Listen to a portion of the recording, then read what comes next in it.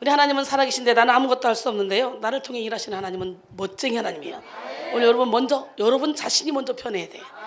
예, 너희는 이 세대를 본받지 말고 오직 마음을 새롭게 함으로 변화를 받아 하나님의 선하시고 기뻐하시고 온전하신 뜻이 무엇인지 분별하도록 하라 그랬어요. 예, 오늘 변화됩시다. 예, 기적의 하나님은 살아계십니다. LA 갔는데 하나님께서, 하나님 어떻게 설교를 할까요? 그랬더니 갑자기 내 안에 적을 쳐부시자, 이 감동을 주는 거예요. 예, 내 안에 적을요? 근데 보니까 내 안에 적을 쳐부셔라, 이 감동을 받고 보니까 이야, 내 안에 적이 수도 없이 많더라고요. 우리 인간 안에 적이 수도 없이 많아. 아주 한도 끝도 없더라고요. 그러니까 설교 짜기가 너무 좋은 거야. 설교 제목만 딱 만들면 그 다음 짜는 건 일도 아닌데 이 제목 정리가 힘들잖아요. 근데 한꺼번에 내 안에 적을 쳐부셔라, 딱 그 감동을 주니까 막 그때부터 신바람 나는 거예요. 그래서 쉽게 설교를 짤 수 있어서 계속적으로 설교 짜고 영상을 올리고 실황으로 올렸는데, 이번에 컨퍼런스 때도 내 안에 적을 쳐부수자 2부 1탄으로 내 안에 숨어있는 또 다른 나라는 제목으로 함께 은혜를 나누기로 해요. 영성훈련은 나를 찾아가는 거예요. 나는 겉사람이 아니에요. 겉사람은요 육신의 장막집이에요. 이 장막집은 벗으면요 우리의 속사람이 손으로 짓지 않은 영원한 집으로 가게 돼요. 예, 그렇기 때문에 오늘 육신의 장막집을 벗을 때에 내 속사람이 커서 그대로 하나님께 점도 없이 흠도 없이 올려지는 역사가 일어날 수 있도록, 육신의 몸이 있을 때 영의 몸도 있는 거잖아요. 그러니까 우리가 육신으로 이렇게 기도할 수 있고 말씀 볼 수 있고 찬양할 수 있고 예물 드릴 수 있고 전도할 수 있고 헌신할 수 있을 그때에 마음껏 영의 몸을 살찌워야 돼. 육신만 디릭디릭하면 안 돼. 사도행전 14장 8절로 10절 말씀 함께 보겠습니다. 루스드라에 발을 쓰지 못하는 한 사람이 앉아있는데 나면서 걷지 못하게 되어 걸어본 적이 없는 자라. 바울이 말하는 것을 듣거늘 바울이 주목하여 구원받을 만한 믿음이 그에게 있는 것을 보고 큰 소리로 이르되 내 발로 바로 일어서라 하니 그 사람이 일어나 걷는지라. 예, 고난을 통해 하나님을 만나고 나니까 하나님이 기적적으로 저를 살려주시는데요, 이 기적의 하나님은 오늘 이 시간에 여러분과 함께 하기를 원하시고 여러분의 영혼내기 질병을 치료해 주실 줄 믿습니다. 아멘. 그 어느 날 새가 그물에 걸림같이 내 삶 속에 덫이 임했네. 몸부림쳤지만 허우적거렸지만 나는 약한 자였었네. 그 어느 날 아무 예고도 없이 내 삶 속에 슬픔이 임했네. 원인을 찾으며 애써봤지만 나는 무력한 자였네. 내 영혼아, 내가 어찌하여 낭망하며 불안하여는고. 너는 하나님을 바라라. 그 얼굴에 도심을 인하여 내가 오히려 찬송하리라. 나의 좋으신 주님, 태양을 멈추며 혈루증을 고쳤던 주님, 기적의 하나님, 능력의 하나님, 그는 나를 고쳐주셨네. 그 어느 날 아무 예고도 없이 내 삶 속에 슬픔이 임했네. 원인을 찾으며 애써봤지만 나는 무력한 자였네. 내 영혼아, 내가 어찌하여 낭망하며 불안하여 하는고. 너는 하나님을 바라라. 그 얼굴에 도심을 인하여 내가 오히려 찬송하리라. 나의 좋으신 주님, 죽은 자를 살리며 모든 병을 고쳤던 주님, 기적의 하나님, 능력의 하나님, 그는 여러분을 고쳐주셨네. 아픈 곳에 손 얹으시고 다같이 내 영혼아, 내 영혼아, 내가 어찌하여 낭망하며 불안하여 하는고. 너는 하나님을 바라라. 그 얼굴에 도우심을 인하여 내가 오히려 찬송하리라. 나의 좋으신 주님, 죽은 자를 살리며 모든 병을 고쳤던 주님, 기적의 하나님, 능력의 하나님, 그는 여러분을 고쳐주셨네. 그는 나를 고쳐주셨네.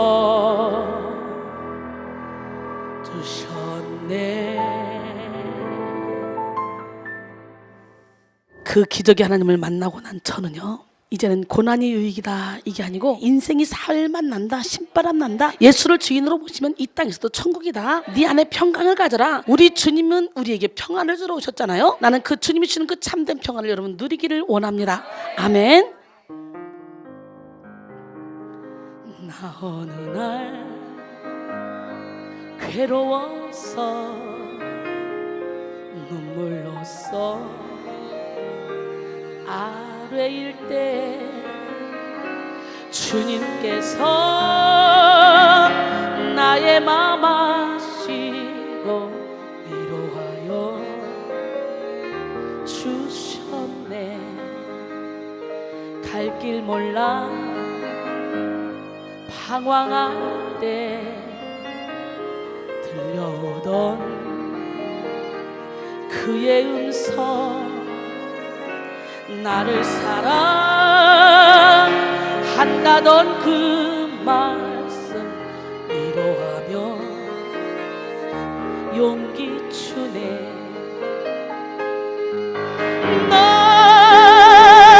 슬퍼 말라 언제나 함께하고 무거운 짐 대신 지리. 너 괴로워 마라 너는 내 백성. 두려워 마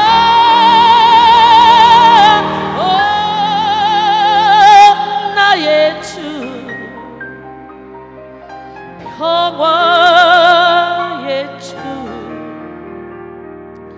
내 피곤한 마음 쉼을 얻으리. 갈 길 몰라 방황할 때 들려오던 그의 음성, 나를 사랑한다던 그 말씀 위로하며 용기 주네. 너 슬퍼 말라 언제나 함께하고 무거운 짐 대신 지리.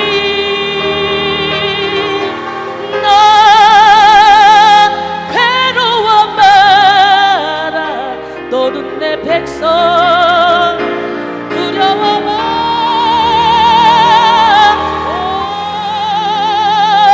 나의 주 평화의 주. 내 병든 몸을 고침을 받으리. 내 피곤한 마음 쉼을 얻으리. 여러분, 하나님의 영은 묶는 영이 아니라 푸는 영입니다. 오늘 어디에 묶여있든지 묶인 것을 푸는 순간부터 여러분 천국에서 다 풀리는 역사가 일어납니다. 저는 그리스도시여 살아계신 하나님의 아들이라고 고백한 베드로에게 천국 열쇠를 주고 뭐라고 말했냐? 네가 땅에서 뭐든지 매면 하늘에서 매이고 풀면 풀는다 그랬어요. 그렇기 때문에 오늘 이 시간에 그 천국 열쇠를 잘 활용해서 내가 지금 매었던 것이 뭔가 그게 내 안의 적입니다. 나를 이기면 모든 것을 다 이기는 자가 되는 거예요. 나를 이기면 아무것도 없는 자가 되나 이 땅에서 천국을 누리기 때문에 항상 행복하게 살아갈 수 있습니다. 죽음도 우리를 어찌할 수가 없습니다. 기적의 하나님은 살아계십니다. 여러분 힘들고 지쳐 낭망하고 넘어져 일어날 힘이 전혀 없는 상태에서 이 자리에 오시진 않았습니까? 우리 주님은 말씀하셔요. 너는 내 거야. 너는 내 아들이야. 네가 물 가운데 지날지라도 물이 너를 침몰치 못하고 네가 불 가운데 지날지라도 불이 너를 사르지 못해. 그렇기 때문에 힘들고 지친 몸을 이끌고 왔다면 오늘 너는 내 아들이야 라는 주님의 음성을 듣는 시간이 되길 원합니다. 아멘.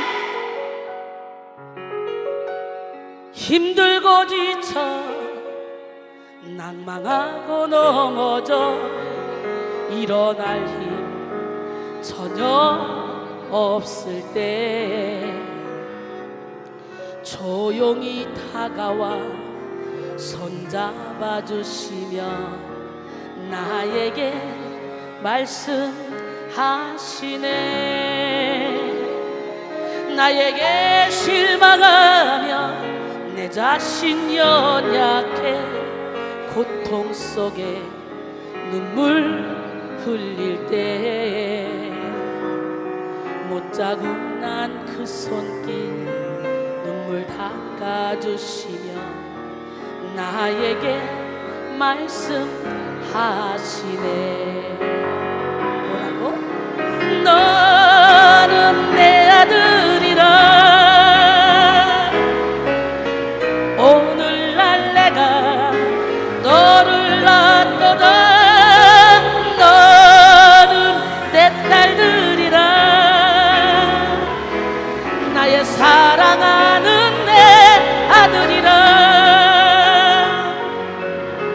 언제나 변함없이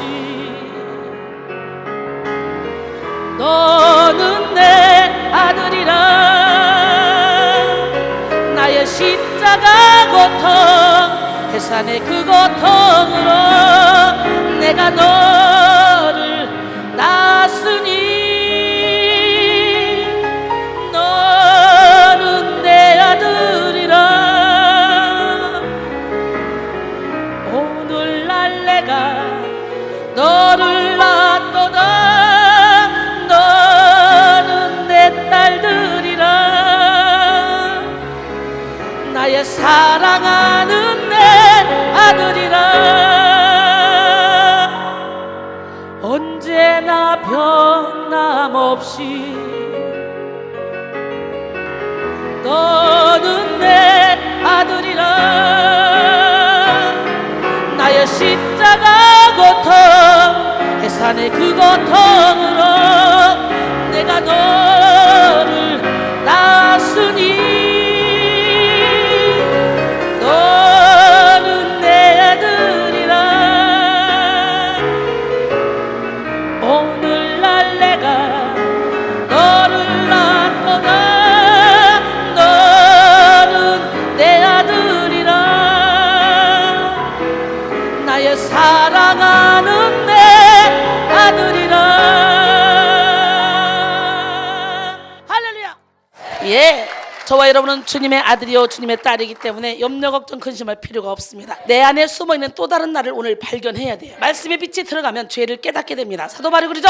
로마서 7장 9절에 전에 율법을 깨닫지 못했을 때는 내가 살았더니 계명의 이름에 죄는 살아나고 난 죽었다. 로마서 5장 13절에 보니까 전에 율법이 있기 전에도 세상에 죄가 있었지만 죄를 죄로 알지 못했어요. 율법이 없을 때는 율법의 잣대로 말씀의 잣대로 보니까 아, 미워하는 것도 살인죄구나, 용서하지 못하는 것이 사단에게 속는 죄구나, 두려워하는 것이 죽는 죄구나, 거짓말하는 것도 죽는 죄구나.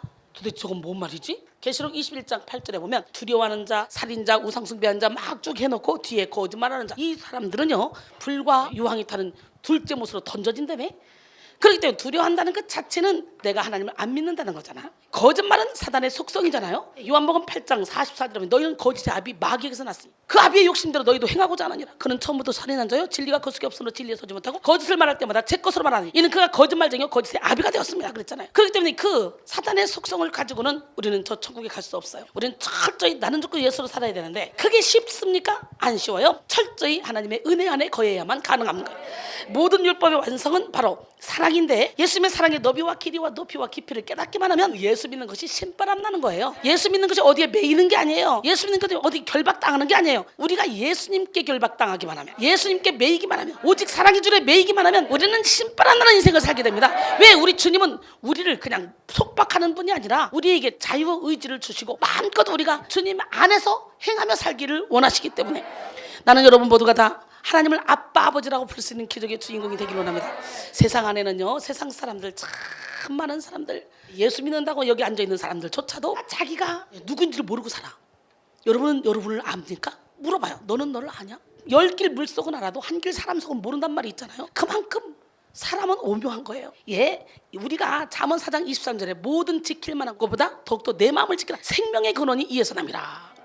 에레미야 17장 9절에 보니까 심히 부패한 것은 사람의 마음이라는 거예요. 우리 안에는 천국과 지옥이 있습니다. 그래서 양심 역사를 시시때때로 하죠. 우리는 어둠을 몰아내고 머리끝에 발까지 예수로 가득 채워서, 성령의 빛으로 가득 채워서 우리의 눈빛을 통해, 우리의 몸짓을 통해, 우리의 행동을 통해 확 그리스도의 사랑이 나가야 돼요. 예, 여러분 장작불 여럿이 모여봐. 홀홀홀 타지. 오늘 막 아주 홀홀홀 막 탈 것 같아요. 예, 오늘 막 새로 오신 분들이 많아요. 한 30명은 되는 것 같아요. 내가 모르는 분들이 홀홀홀 막 탈 것 같아요. 만남의 축복은 기적을 창조합니다. 여러분 70억대 1로 하나님이 저와 여러분을 만나게 해주셨는데 그냥 만나게 해주셨겠어요? 영혼의 방황을 신나게 하다가 뒤지다 못하다가 유튜브를 막아가지고 아이고 세상에 내 영적인 문제 여기 가면 금방 되네. 아이고 세상에. 그러고 쫓아와서 아이고 이순이 보고 싶다. 왜 언제 나오냐. 저 뚱땡이만 자꾸 나오고 막 이러면서 나를 기다렸죠. 예, 원래 늦게 나와야 되는 거예요. 스타는 오늘 첫날이니까 이렇게 앞에 쇼를 좀 했지. 예, 그 다음부터는 이렇게 길게는 안 합니다. 제가 좀 더 일찍 나옵니다. 여러분 8월 4일 SBS 궁금한 이야기 Y에서는요 지난달 경기도 안성의 한 펜션에서 일어난 동반자살 사건과 관련한 한 여성의 이야기가 소개됐는데요. 지난 7월 12일 경기도 안성시 죽삼면 한 펜션 객실에서 40대 남성 2명과 30대 여성 2명이 숨져 있는 것을 펜션 주인이 발견하고 경찰에 신고했습니다. 이들은 인터넷상으로 만나서 동반자살을 한 것으로 전해졌습니다. 여러분, 이 중 남편이 경찰서에 신고를 한 여성 A씨가 있었는데요. 남편 B씨는 친구네 집에 다녀오겠다며 외출한 그 A씨가 돌연 연락이 끊겼어요. 그리고 결국은 시신으로 돌아온 것을 믿을 수 없다고 그랬습니다. 결혼 생활만 7년, 연애 생활 3년, 총 10년을 지낸 A씨는 충동적인 선택을 할 만큼 그런 사람이 아니었다는 거예요. 정말 착하고 좋은 사람이었대요. 자기 아내가. 이해가 안 간다는 거지. 이 아내 A씨는요, 넉넉한 집안에서 살았고 유명 여대를 졸업해서 공기업인 자산관리공사를 다녔습니다. 미국에서 사업을 한다는 장인은 B씨에게 외제차와 신도시의 고급 아파트를 신혼 선물로 마련해주기도 했어요. 이들 부부는 결혼 7년 만에 처가의 지원과 아내의 재테크 수단으로 부촌에 70평대 고급 주택까지 마련했다 그래요. A씨는 남편 B씨의 회사 동료와도 잘 어울렸고, 그리고 자녀와 시댁에는 아낌없이 쓰면서도 자신은 명품 가방 하나 사지를 않았다 그래요. 이렇게 겸손한 생활을 했대요. 그녀는 모든 사람에게 완벽한 내조의 여왕으로 불렸다는 거예요. B씨는 알뜰하고 야무진 아내 덕분에 주변의 부러움을 한 몸에 받으면서 결혼 생활을 이어갔습니다. 그런데 A씨의 유서에는 아무런 말도 없이 해명도 없이 이렇게 가는 나를 용서해줘, 사랑해 라며, 그래도 내가 만약 영혼이라도 있다면 꼭 지켜줄게, 미안해, 항상 늘 사랑해 내 남편, 이런 내용을 적어놓고 죽었어요. 그런데 아내의 장례 후 집 소유자라는 사람이 B씨에게 찾아와서 밀린 월세를 갚고 집을 비우라는 통보를 했습니다. 아내가 산 줄 알았던 70평대 고급 주택은 1년만 거주하는 조건으로 계약한 상태였어요. 월세 600만 원이 8개월째 밀려 있었고, B씨는 하루아침에 4,800만 원의 월세를 떠안고 7살, 5살 된 두 자녀와 함께 거리로 나앉게 되었습니다. 처가에서 마련해줬다던 외제차도 업체에서 빌린 그런 차량이었습니다. 더욱 놀라운 것은 10년 동안 B씨가 알고 지낸 A씨의 직장, 가족관계도 모두가 다 거짓이었다는 것입니다. 결혼식에 참석한 후 미국으로 갔다던 장인 장모는 역할 대행업체를 통해 섭외한 가짜였습니다. B씨가 아내의 장례식장에서 실제로 만난 진짜 부모는 평생 서울에만 살았다 그래요. 딸이 결혼했다는 사실조차도 모르고 있었다 그래요. 여러분, 우리는 믿을 수가 없어요. 오다 가다 만나서 결혼해서 이렇게 사는 거 참 위험합니다. 그래서 이 교회 안에서 서로가 보증된 사람들끼리 만나서 결혼하는 거, 이거 정말 행복한 것 같아요. 이 세상이 너무너무 험해요. 10년 동안 내조의 여왕으로 그렇게 행복하게 살았대잖아요. 그 아내는 다니지도 않는 그런 자신의 직장을 통해 얻은 고급 정보가 있다면서 지인들을 속여서 투자금을 받아온 것으로 밝혀졌는데요. B씨의 회사 동료도, B씨가 누구예요? 남편이죠. 회사 동료도 아파트를 싼 값에 구입해 주겠다는 A씨의 말에 4억 원을 입금했다고 합니다. 실제로 근데 아파트 매매 계약은 없었다 그래요. 사망 후 들여다본 아내의 통장에는 B씨가 이름도 모르는 그런 사람들과의 거래 내역이 아주 수두룩했습니다. 아내의 차 안에는 대부업체와 경찰서 등에서 날아온 우편물이 가득했습니다. B씨는 여기저기서 받은 돈을 돌려주지 못해 도피성으로 자살한 것으로 그렇게 전해졌어요. A씨는 남편과 주위 사람들을 10년이나 감쪽같이 속일 만큼 철저한 이중생활을 해왔다는 거죠. 그녀는 허구의 삶을 유지하기 위해 끊임없이 거짓말을 이어갔고, 그리고 결국 사랑하는 남편에게 자신의 진실을 한 번도 보여주지 못한 채 극단적인 선택을 하고 만 것입니다. A씨는 도대체 무엇 때문에 그렇게 철두철미하게 가짜 삶을 살면서 괴로움을 자초했을까요? A씨의 비극적인 이야기는 10년 만에 드러난 내조의 여왕의 두 얼굴이라는 제목으로 기사화되고 방송을 타면서 많은 사람들에게 충격을 안겨주었습니다. 그런데 많은 사람들이 이렇게 두 얼굴을 가지고 산다는 거죠. 성실하고 평범한 얼굴 뒤에 잔인하고 냉혹한 그런 얼굴을 가진 사람도 있고요, 명랑하고 쾌활한 얼굴 뒤에 우울한 침울한 얼굴을 가진 사람도 있습니다. 인자하고 자비한 얼굴 뒤에 탐욕스러운 얼굴을 하고 있는 사람도 있고요. 이렇게 속사람과 겉사람이 다른 경우가 참 많은데, 여러분은 어떠세요? 오늘 여러분 자신을 돌아봐야 돼요. 이런 두 얼굴의 주인공은 비단 세상에 유별난 사람으로 구별된 것이 아닙니다. 여러분, 지킬 박사와 하이드 씨 아십니까? 로버트 루이스 스티븐슨이 쓴 한 단편 소설 지킬 박사와 하이드 씨는 이중 인격을 소재로 쓴 작품입니다. 주인공인 헨리 지킬은 법학 박사이자 의학 박사이며 봉사활동도 열심히 하는 아주 사회적으로 존경받는 사람이었어요. 물론 큰 키에 잘생긴 외모까지 겸비했습니다. 하지만 남몰래 쾌락을 즐기는 이중 생활을 해왔으며 인간의 본성 속에 섞여있는 선과 악을 분리하고 싶다는 그런 꿈이 생겼습니다. 그래서 지킬 박사는 인간의 몸에 선과 악 두 가지의 본능이 있다는 가설을 세우고 여러 실험 끝에 화학약물을 만들어 마시고 자신의 진짜 인격을 두 가지로 나누는데 성공했습니다. 이렇게 인간의 모든 학이 결국은 인간을 잡아먹게 만든다니까. 그들 중 하나는 바로 지킬 박사 자신이며 또 하나는 자신의 내면에 있는 악한 분신인 에드워드 하이드입니다. 둘은 정반대의 성격을 가지고 있어서 하이드로 변한 지킬은 밤에 돌아다니며 간음, 강간, 온갖 범죄를 다 저지르면서 다닙니다. 실험에 성공해 고무되어 지킬 박사는 더욱더 많은 약물을 만들어 마시고 자주 하이드로 변신하게 되지만 시간이 지날수록 더욱더 더 내면에 하이드를 통제할 수 있는 힘이 없어집니다. 이제 지킬로 돌아오고 싶지만 지킬로 돌아가지 않아요. 결국은 문 걸어지 않고 죽었잖아요. 여러분, 마침내 지킬 박사의 인격과 마음을 잃어버려요. 그냥 사악한 하이드가 되어버린다는 그런 이야기입니다. 많은 사람들이 이중인격자의 이야기를 들으며 이해할 수 없다는 태도를 취하면서도 또 동시에 자기 자신 안에도 소극적인 이중성이 존재한다는 것을 생각해보게 됩니다. 여러분 안의 이중성은 무엇입니까? 오늘 예수님을 버려야 돼요. 우리 주님은 겉과 속이 같은 사람이 되라 그랬어요. 영성을 여는 겉과 속이 같은 사람입니다. 사람들이 저를 보고 그래요. 야, 원장님은 어떻게 버선처럼 뒤집어도 똑같고 뒤집어도 또 똑같냐? 어떻게 산과 사람은 가까이 가면 가까이 갈수록 아무리 아름다워 보여도 가까이 가면 거기서 산에 가보면 사람들이 먹다 던진 찌꺼기, 과자, 병, 깨진 유리고랑 휴지 이런 게 있잖아. 그런 것처럼 사람도 참 아름다워 보여서 가까이 가니까 장미가 돼서 자꾸 찌르는데 우리 목사님 어떻게 가까이 가면 갈수록 더 깊은 물처럼 더 아름답냐? 더 막냐? 저는 이런 말을 정말 많이 들어요.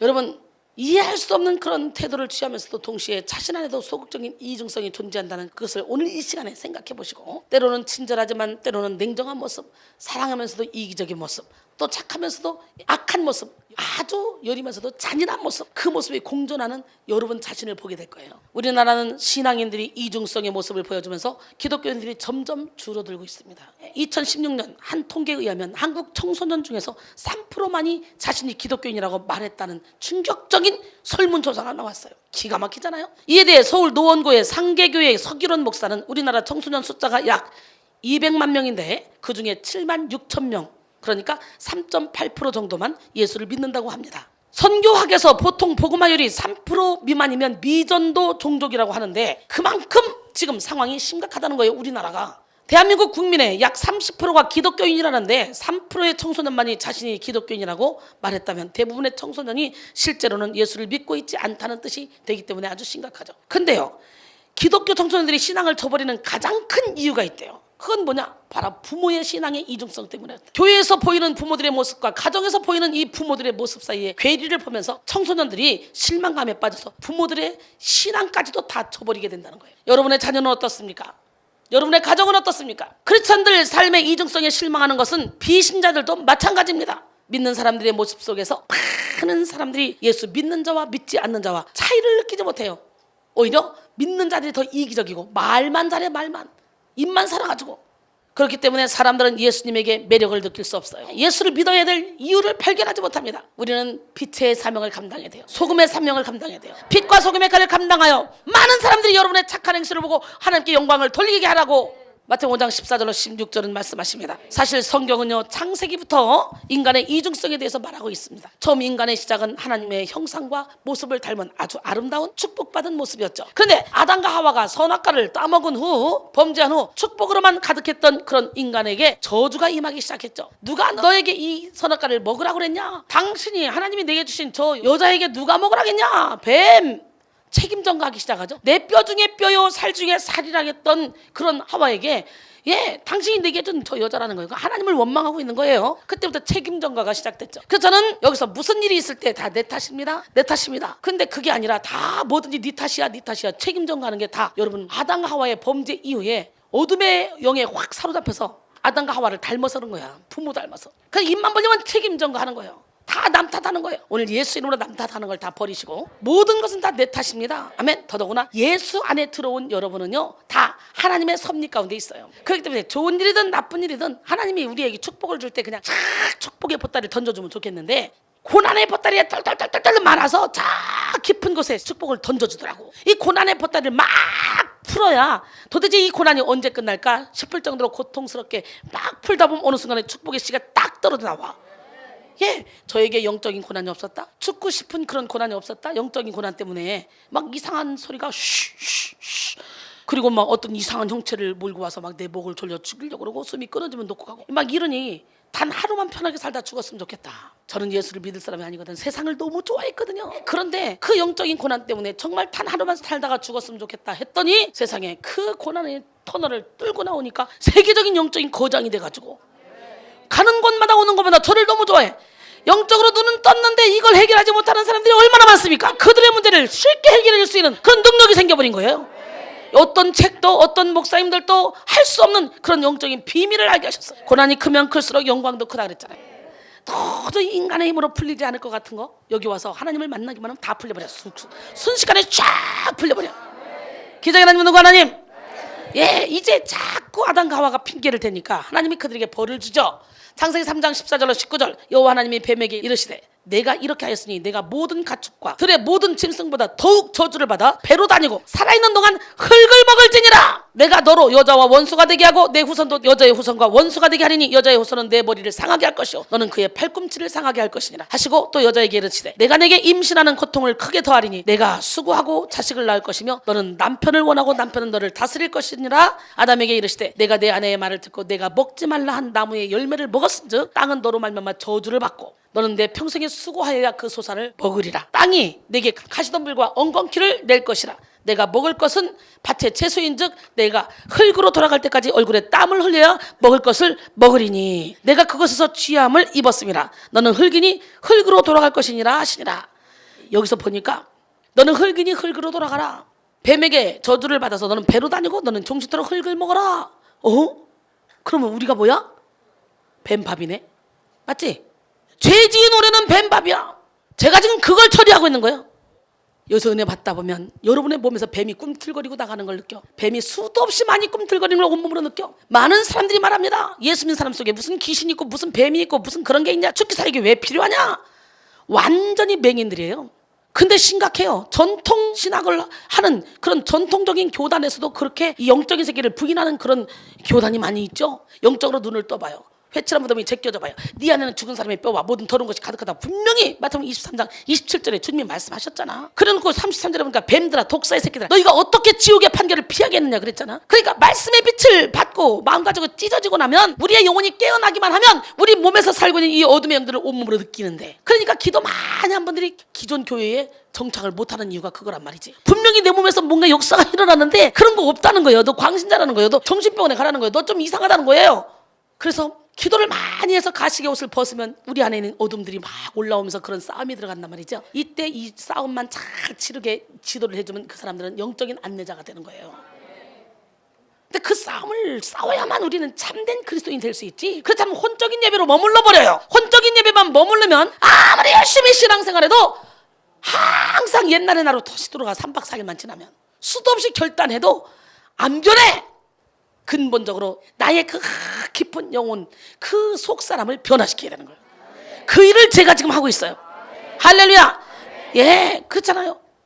범죄한 인간은 흙으로 돌아가라 그랬고, 죄를 지은 뱀에게는 정신토록 배로 다니고, 그리고 흙을 먹으라 그랬고, 그리고 우리가 뱀밥이라는 거지. 범죄한 인간은 마귀의 지배를 받으며 살게 되었고 이중성을 가지고 살게 되었습니다. 그래서 인간의 마음 안에는 생명의 근원과 심히 더럽고 부패한 인간의 이 마음이 기질이 함께 공존하죠. 그래서요, 사도 바울이 예수 안 믿는데 나는 조금 죄가 살아났다고 말했어요. 예수를 믿어서 말씀의 빛을 제대로 받아야 마음가짐이 찢어지고 나는 조금 예수가 살고 죄가 살아나는 역사가 일어나지. 그죠? 그러니까 내가 예수를 믿는다면 100% 믿어야 귀신이 오라고 사정해도 못 와. 너무 깨끗해봐. 너무너무 깨끗하면 먹을 것이 없어서도 지 스스로 살으라고 사정해도 못 살아. 성부, 성자, 성령 삼일체 하나님으로 꽉 채워봐. 아무리 오라고 사정해도 안 와. 이 마음의 밀실 중에 한 군데만 딱 한 마디를 쳐놓고 이것만은 안 돼요 그러고 잠가놓은 거 있죠. 그 속은 어둠으로 가득 차 있어요.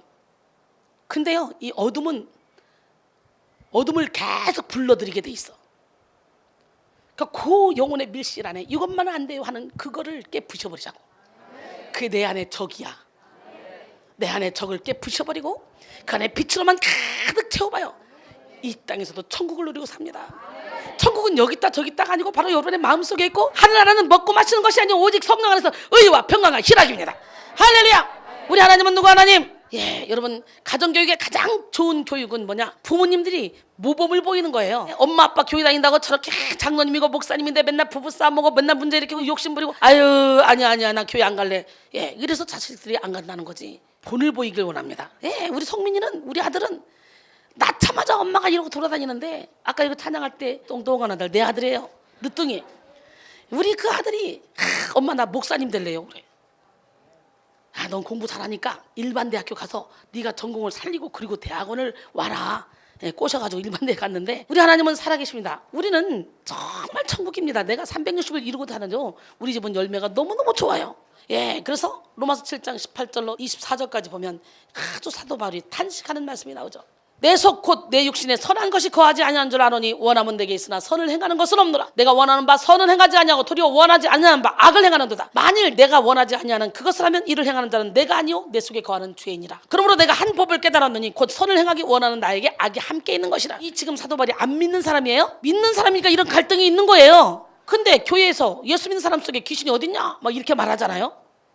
믿는 사람이야 이 사람. 제대로 믿으려고 하니까. 내 속사로는 하나님의 법을 즐거워하되 내 지체 속에서 한 다른 법이 내 마음의 법과 싸워 내 지체 속에는 죄의 법으로 나를 사로잡는 것을 보는도다. 오라 나는 곤고한 사람이로다. 이 사망의 몸에서 누가 나를 건져내랴. 그러고 탄식하잖아요.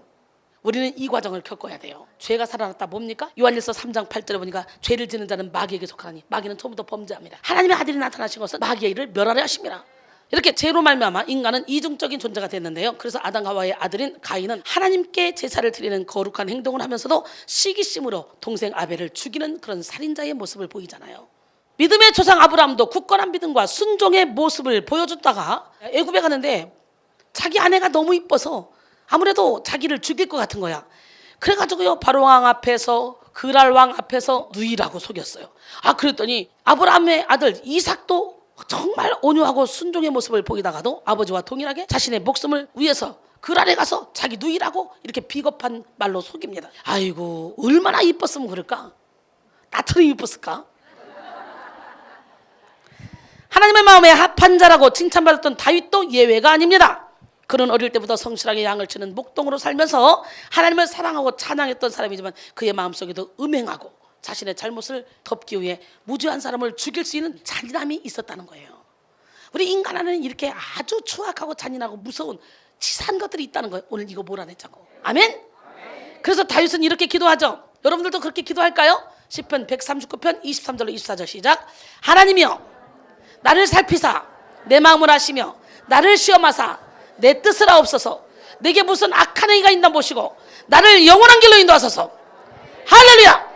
예, 시편 51편 9절로 12절 주의 얼굴을 내 죄에서 돌이키시고 내 모든 죄악을 지워주소서. 하나님이여 내 속에 정한 마음을 창조하시고 내 안에 정직한 영을 새롭게 하소서. 나를 주 앞에서 쫓아내지 마시며 주의 성령을 내게서 거두지 마소서. 주의 구원의 즐거움을 내게 회복시켜 주시고 자원하는 심령을 주사 나를 붙드소서. 이 고백이 여러분의 고백이 되길 원합니다. 다윗의 아들 솔로몬도 지혜를 구하며 백성을 위한 정치를 하기를 꿈꿨던 왕이었지만 후에 이방 여인들을 사랑하며 그들을 위해서 우상 숭배하는 신당을 지었고요. 여인들을 기쁘게 하기 위해서 자기도 거기서 우상 숭배에 동참했다는 거죠. 예, 그러나 말년에 그는 깨닫고 이렇게 고백합니다. 전도서 12장 1절로 2절. 너는 청년의 때에 너희 창조주를 기억하라. 곧 곤고한 날이 이르기 전에 나는 아무 낙이 없다고 할 해들이 가깝기 전에 해와 빛과 달과 별들이 어둡기 전에 비 뒤에 구름이 다시 일어나기 전에 그리하라. 그리고 8절에 보니까 전도자가 이르되 헛되고 헛되며 헛되고 헛되니 모든 것이 헛되도다. 이 세상의 모든 것은 헛된 것들입니다. 예, 이와 같이 우리는 많은 성경 인물들의 삶을 통해 인간 안에 이중성이 존재한다는 것을 우리가 볼 수 있죠. 훌륭한 믿음의 사람들에게도 그들 스스로 미처 알지 못했던 그런 어두운 얼굴들이 있었던 것입니다. 여러분, 의인의 고난 그러면 우리는 누구를 꼽습니까? 예, 욥이 의인입니까? 예, 동방의 의인이라 그러잖아요. 아주 하나님이 엄청나게 뻐거지게 칭찬을 합니다. 근데요, 그 칭찬은 하나님이 보시기에 의인이 아니라 동방 사람들 중에 인간들 중에 의인이라는 거예요. 그 중에 하나님이 보시기에는 아직도 부족해. 왠 줄 알아요? 욥도 모르는 자기 의의가 무의식 속에 있었어요. 그래서 하나님은 욥을 온전한 사람으로 만들기 위해서 일부러 사단에게 붙여버려요. 그러니까 하나님 우리를 너무너무 사랑하면 우리가 감당하지 못할 고난을 우리에게 허락한다니까. 근데 그 고난을 허락할 때요, 하나님은 피할 길도 주시는데 욥은 피할 길을 취하지 않았어요. 처음에는 욥이요 처음부터 끝까지 자기 자신을 내려놓고 하나님 앞에 항복했다면 욥은 4장으로 끝났어요. 욥기가 42장까지 간 이유가 뭡니까? 우스 땅에 욥이라는 자를 한번 둘러봤냐? 일부러 하나님이요 사탄에게 물어봅니다. 그러니까 에이 하나님이 울타리로 두르시면 아닙니까? 욥을 막 칭찬하니까 에이 하나님이 모든 게 잘 되겠으니까 그렇지, 그 다 뺏어보세요. 에이 하나님 욕할 거려? 네 맘대로 해라. 결국은요 다 잃었지만 욥은요 거기서요 절대로 하나님의 마음을 실망시키지 않았어요. 욥기 1장 21절에 보니까 주시니도 여호와시요 취하시도 여호와시니 할렐루야. 그러면서 여호와를 찬양했어요. 그러면 하나님이 거기서 끝내야 되잖아. 세상에 온 재산을 자식들까지 다 죽이고 그렇게 놨으면 이제 거기서 끝내야 되는데 하나님이 안 끝내. 욥기 2장에서 또 갔다 왔냐? 갔다 왔는데요, 봐라야 순전하고 온전한 자를 너 때문에 괜히 괴롭게 했다 야. 그러니까 에이 무슨 소리라는 거예요? 몸을 쳐보셔 몸을. 그래서 죽이지 말고 한번 해봐라. 그랬더니 이제 종기가 나서요 기와장으로 긁을 정도로 고통 가운데 있었어요. 그랬더니 욥의 아내가 그런 거야. 그래도 당신이 믿음을 굳건하게 지킬 거냐? 하나님을 욕하고 죽어버려라! 막 그러고 욥 아내가 떠나. 욥기 2장 9절로 10절 보니까 근데 욥이 뭐라 그래요? 이 어리석은 여자야, 우리가 복도 받았은즉 화도 받지 않겠냐? 거기까지도 아주 좋았어요. 근데 욥기 2장 마지막 절 되니까 그 주책바가지 친구들이 나타났어요. 그때부터 이제 자존심이 발동하기 시작하는 거예요. 그러니까 아주 처절하게 더 이상 일어날 힘이 없을 그 벼랑 끝에서 거기서 자기를 발견한다니까. 인간은 누구나. 세상에 새 친구가 와보니까 기가 막힌 거예요. 욥의 형체도 욥인지 못 알아볼 정도로 엉망인 거예요. 그러니까 하도 어이가 없으니까 일주일 동안 말도 못하고 그냥 있는 거예요. 그러니까 드디어 욥이 입을 열기 시작합니다. 욥기 3장에 태어난 날을 저주하기 시작합니다. 아니 지가 지 거야 하나님 거지? 어떤 사람이 그러대요. 자살해도 지옥 안 간다고. 자살하면 지옥 간단 말이 어딨냐고. 계시록 21장 8절에 보면 두려워하는 자, 거짓말하는 자, 우상숭배자, 살인하는 자 막 이렇게 해서 다 둘대못에 던져진다는데, 이 살인하는 자, 아니 우리는 주님께서 우리를 값주고 사셨거든요. 그 우리 몸으로 하나님께 영광을 돌려야 돼. 내 맘대로 나를 죽이는 건 살인이야. 그러니까 절대로 자살 안 하겠지. 유명 연예인들이 참 자살을 많이 하던데 그건 도대체 그 교회에서는 뭘 가르친지 모르겠어. 환장해. 자살하려고 하다가도 두려워서 딱 던지고 말지. 그 영지옥이 어마어마하게 무서운데. 그렇잖아요. 욥기 3장에서 자기가 태어난 날을 막 저주합니다. 막 신나게 저주해요. 욥기 3장 1절로 11절까지 막 쫙 저주합니다. 그러면서 그때부터 이제 자기 의의가 나오기 시작해요. 야, 너 뭐가 잘못한 게 있잖아. 너 찾아봐 한번. 너 생각해봐. 그러니까 막 끝까지 앙알거립니다. 앙알거려요. 그리고 막 논쟁합니다. 막 그러니까 욥기 35장 9절 이하에 보니까 젊은 사람 엘리후가 아이고 이렇게 보니까 참 가관 아니구만. 당신들이 지혜로우면 얼마나 지혜롭고 당신이 의인이면 얼마나 의인이고 당신들이 하나님과 무슨 상관이냐. 고난 중에 노래하 계시는 하나님을 바라봐야지. 공중에 나는 새에게 지혜를 주는 하나님을 바라봐야지. 막 그러면서 이제 그 젊은 사람이 아이고 노인네들 주책바가지 막 그러면서 가서 막 말합니다. 그래서 서서히 달라지기 시작하다가 결국은 욥기 42장 1절에 이하여 쫙 보니까 이제 깨닫기 시작해요. 그래서 제 가운데서 회개한다고 그러죠. 그러니까 하나님이 욥의 세 친구한테 욥이 맞다. 가서 재물을 드려라. 욥아 걔들 재물을 갖고 올 거다. 그거 받고 기도해줘라. 그리고 순종했더니 욥기 42장 10절 이하에 갑절의 축복을 주잖아요. 왜 거기까지 가냐? 욥기 3장에서 자존심 다 내버리고 막 내가 의롭다 이거 싸우지 말고 그냥 합하고 하나님 깨닫게 해주시옵소서. 왜 깨달으려고 맘먹으면 깨달아지는데요. 깨달을 마음이 없는 거예요. 왜? 나는 의롭다고 생각하니까. 여기서 훈련시키다 보면 진짜 신기해요. 정말 잘못했는데 본인들은 전혀 잘못한 걸 몰라요. 나는 이 정도 했으면 됐지. 아유 참나, 내가 이 정도 헌신했으면 됐지. 내가 이 정도 물질 드렸으면 됐지. 내가 뭐 집안도 안 지키고 내가 맨날 교회 가서 뭐 헌신만 하냐? 내가 이 정도 했으면 됐지. 전혀 말을 들으려고 하지 않아요. 그러나 우리가 제대로 하나님의 말씀을 듣고 나면 우리의 생명까지 바쳐도 다 이 정도면 됐지라고 말이 안 나와요. 더 못 들어서 안 달라지. 그죠? 이와 같이 우리는 많은 성경 인물들의 삶을 통해 인간 안에 이중성이 존재하는 것을 볼 수 있는데요. 훌륭한 믿음의 사람들에게도 그들 스스로도 미처 알지 못했던 그런 어두운 얼굴들이 있다는 거죠. 또 반대로 냉혹하고 잔인한 사람들 속에도 착하고 여린 얼굴이 숨어 있습니다. 그래서요, 막 살인마들 대화해보면 너무너무 착하고 순수하고 얼굴도 엄청나게 여려 보여요. 사람이 막 강해 보이는 게 아니라 깡패 보스들 봐요. 부드러워요 아주. 그들이 또 각시한테는 또 끽소리 못하고 잘한다네. 여자한테는. 그래서 세상을 움직이는 남자지만 그 남자를 움직이는 건 여자라 그러잖아. 여러분, 이렇게 냉혹하고 잔인한 사람들 속에도 이렇게 착하고 여린 얼굴들이 숨어 있다는 거죠. 대표적으로 로마의 역대 황제 중에서 가장 악랄하기로 이름난 네로 황제를 예를 들 수 있는데요. 네로는 수많은 그리스도인들을 잔인한 방법으로 학살한 것으로 유명하죠. 일부러 불을 놔가지고 그리스도인들을 잡아서 다 학살했잖아. 일부러 불을 놨어. 근데 전설에 의하면 그는 흥을 돋우기 위해서 로마성에 불을 질렀다는 거예요. 그리고 그리스도인들이 불 질렀다고 이렇게 누명 써서 죽이잖아요.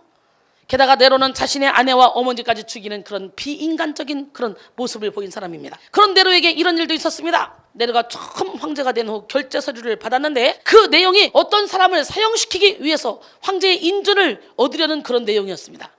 그때 네로는 심각하게 가슴 아파하면서 이렇게 말했다고 합니다.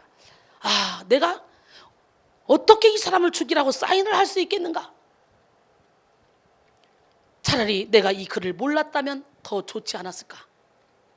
이때만 해도 네로는 자신 속에 역사상 가장 흉악한 얼굴이 숨어있을 것이라고는 생각도 못했을 거예요. 드러냅시다. 예, 우리는 무엇보다 먼저 우리의 숨은 얼굴을 살피고 우리의 숨은 사람의 건강을 체크해야 됩니다. 영혼의 깊은 곳에 숨어있는 사람이 진짜 나기 때문에, 다시 말해 겉으로 드러난 얼굴이 진짜 내 모습이 아니라 가장 은밀하게 숨어있는 영혼의 모습이 진짜 나라는 거예요. 개성 있게 살아야지.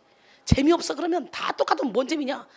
코가 매부리 코도 있고 납작 코도 있고 먼 코도 있고 다 눈도 이렇게 찢어지고 이렇게 되기도 여러 가지 볼거리가 있는 거지. 그잖아.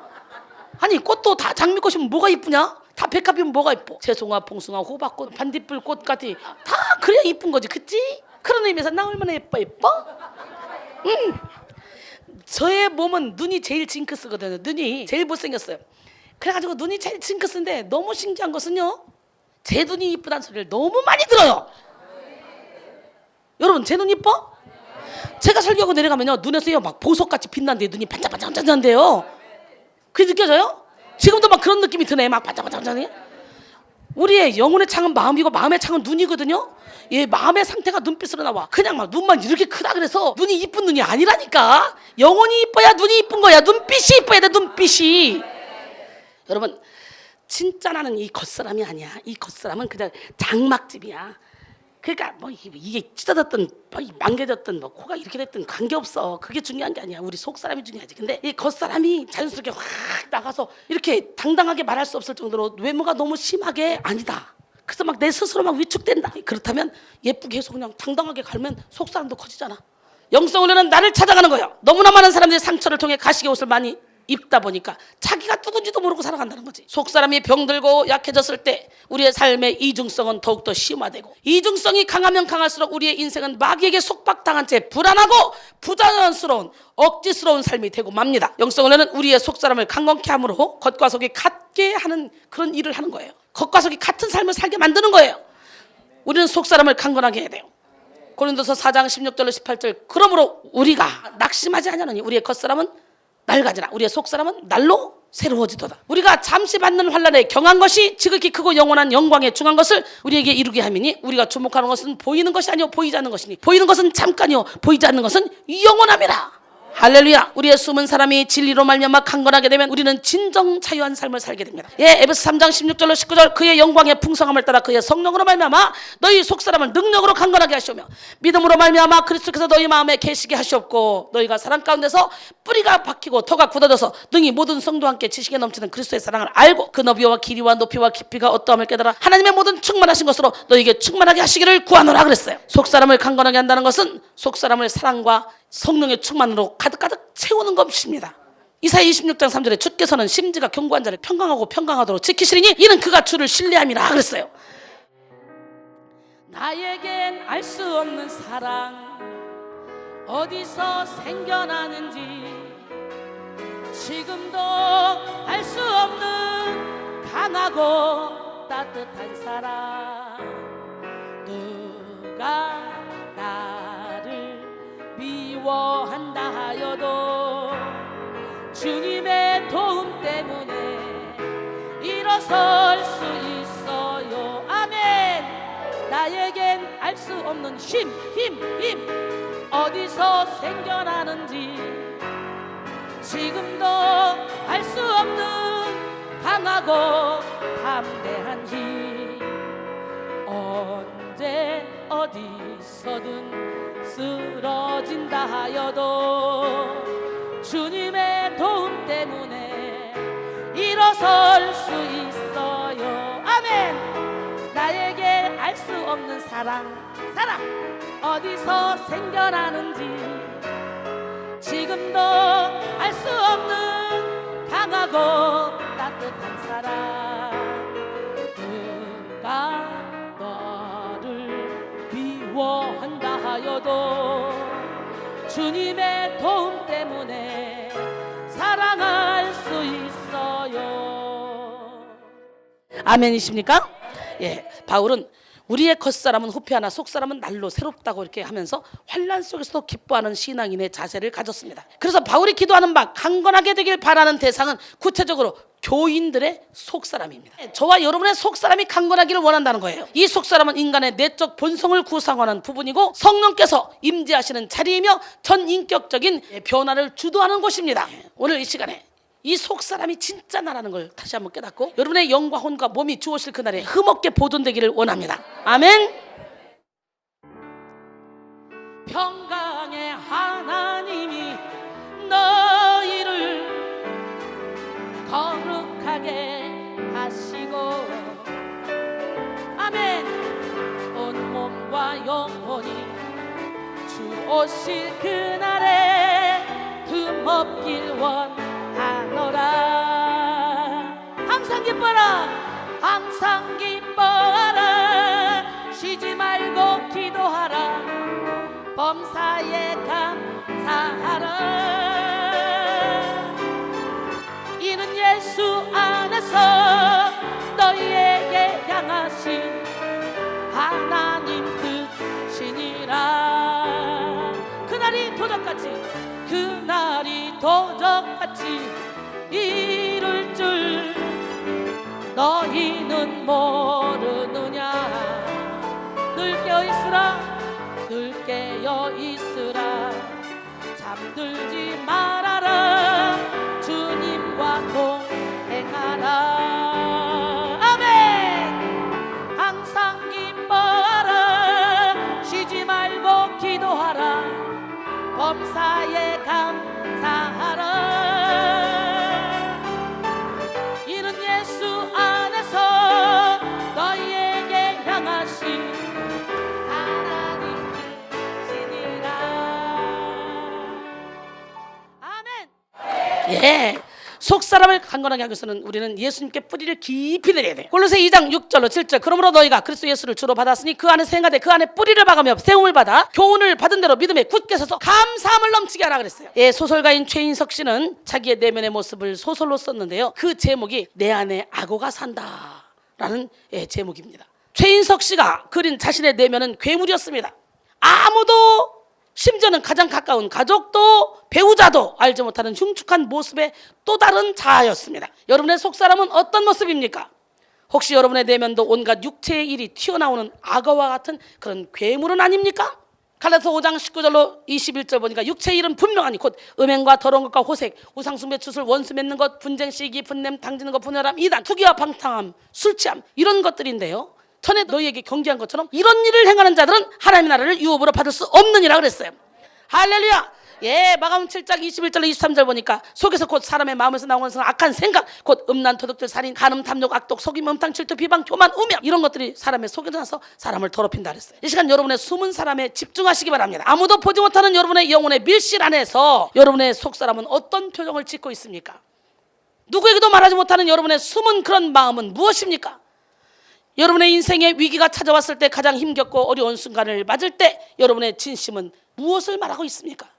말씀의 거울에 비추어서 여러분의 속사람을 볼 수 있기를 바랍니다. 베드로전서 3장 3절로 4절. 너희의 단장은 머리를 꾸미고 금을 차고 아름다운 옷을 입는 외모로 하지 말고 오직 마음에 숨은 사람을 온유하고 안정한 심령에 썩지 아니할 것으로 하라. 이는 하나님 앞에 값진 것이니라 그랬어요. 에베소서에서 바울이 말한 속사람은 육체와 대조되는 영혼을 의미하는 반면에 베드로가 말하고 있는 숨은 사람은 육체의 겉모습과 대조되는 영혼의 움직임인 인격, 품성을 가리킵니다.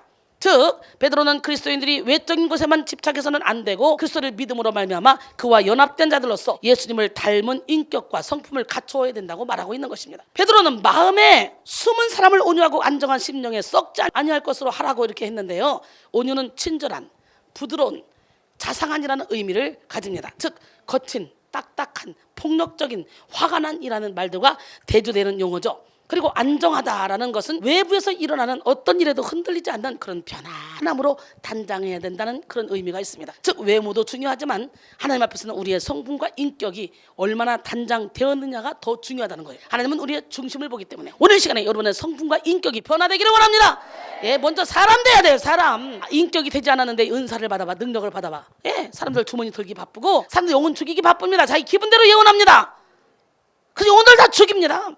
그래서 은사 받기 이전에 먼저 비우는 작업, 먼저 인격이 돼야 돼. 인간이 돼야 돼. 겉사람은 많은 사람들과 어울리며 쾌활하고 명랑하게 살아도 속사람은 외롭고 우울할 수 있습니다. 겉사람은 연이은 성공 속에 승승장구하는 것처럼 보일지라도 속사람은 극도의 허무와 곤고함에 시달릴 수도 있습니다.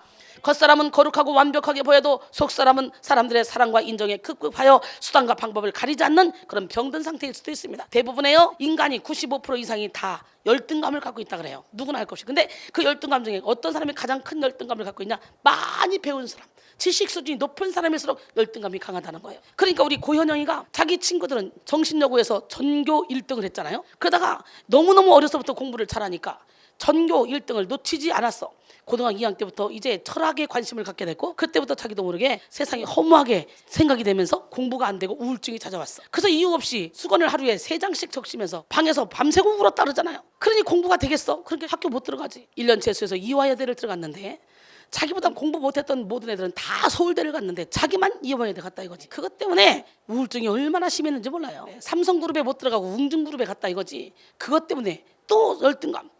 그래가지고 여기 와서 파자마처럼 입고 와서 한 번 왔는데 이 딸이 여기서 확 고침받고 결국은 자기가 좋아하는 아모레 연구실에 좀 들어가서 돈도 잘 벌고 잘 살고 있는데요. 지금은 아주 멋지게 작품이 돼서 우리 고현영이 간증이 유튜브에 나와요. 예, 우리 고현영 이제 한번 간증 또 한번 해야 되겠지만 우리 하나님은 살아계십니다. 참 인간은 누구나 할 것 없이요 세상의 것으로 만족할 수 없어요. 오직 주님 안에서만 참된 만족을 누릴 수 있어요. 여러분 서기관과 바리새인들이 그랬잖아요. 겉으로는 아름답게 보였어요. 멋있게 보였어요. 랍비라 칭함을 받았잖아요. 많은 사람들이 존경을 했잖아요. 그러나 그들의 겉모습은 훌륭하고 완벽해 보였어도 많은 사람들의 존경을 받았어도 예수님이 보시기에 그들의 속사람은 더럽고 부패한 회칠한 무덤 같았어요. 그래서 예수님이 말하죠.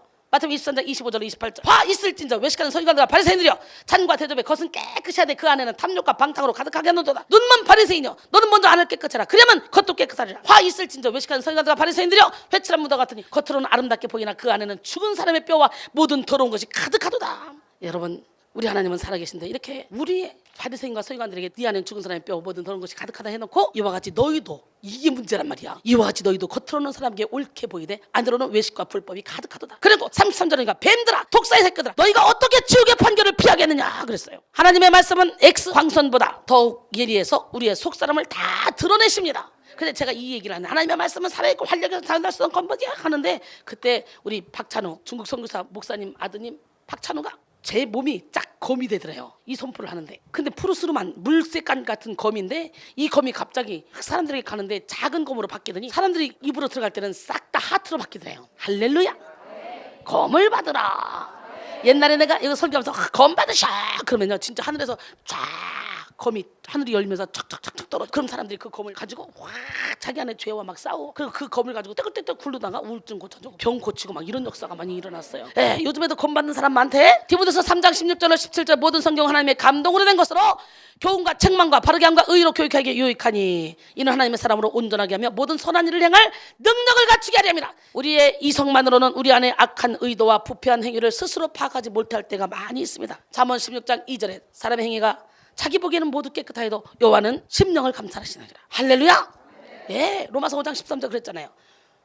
저는 죄가 율법이 있기 전에도 세상에 있었으나 율법이 없었을 때는 죄를 죄로 여기지 않았다고. 근데 말씀의 거울에 정직하게 자신을 비추면요 숨은 죄가 밝히 드러나게 되고요 마침내 자신 안에 숨어있는 얼굴이 보여지기 시작하는 거예요. 그래서요, 내면을 볼 수 있는 눈이 열리는 거예요. 오늘 영안이 열려서 여러분의 내면을 볼 수 있는 눈, 여러분의 속사람을 볼 수 있는 눈이 열리기를 원합니다. 이 시간 마음 가죽을 베고 하나님의 말씀의 거울에 자신의 속을 적나라하게 비춰보는 은혜가 있기를 원합니다. 예레미야 4장 3절로 4절, 여호와께서 유다와 예루살렘 사람에게 이와 같이 이르노라. 너희 묵은 땅을 갈고 가시던 불에 파종하지 말라. 유다인과 예루살렘 주민들아, 너희는 스스로 할 일을 행하여 너희 마음 가죽을 베고 나 여호와께 속하라. 그리하지 아니하면 너희 악행으로 말미암아 나의 분노가 불같이 일어나 사르리니 그것을 끌 자가 없으리라. 우리가 마음 가죽을 베고 주님께 가지 않으면 우리는 악을 행할 수밖에 없는 연약한 존재고 하나님의 분노가 불같이 일어나는데 그걸 끌 자가 없다는 거예요. 호세아 10장 12절로 13절, 너희가 자기를 위하여 공의를 심고 인애를 거두라. 너희 묵은 땅을 기경하라. 지금이 곧 여호와를 찾을 때니 마침 여호와께서 오사 공의를 비처럼 너희에게 내리시리라. 너희가 악을 밭가라 죄를 거두고 거짓 열매를 먹었나니 이는 내가 내 길과 내 용사의 많음을 의뢰하였습니다. 그랬어요. 여러분, 남들이 얘기하는 내가 아닌 옷 속에 감추어진 나를, 직장에서 돌아온 그늘진 나 말고, 새벽에 잠에서 깬 나를,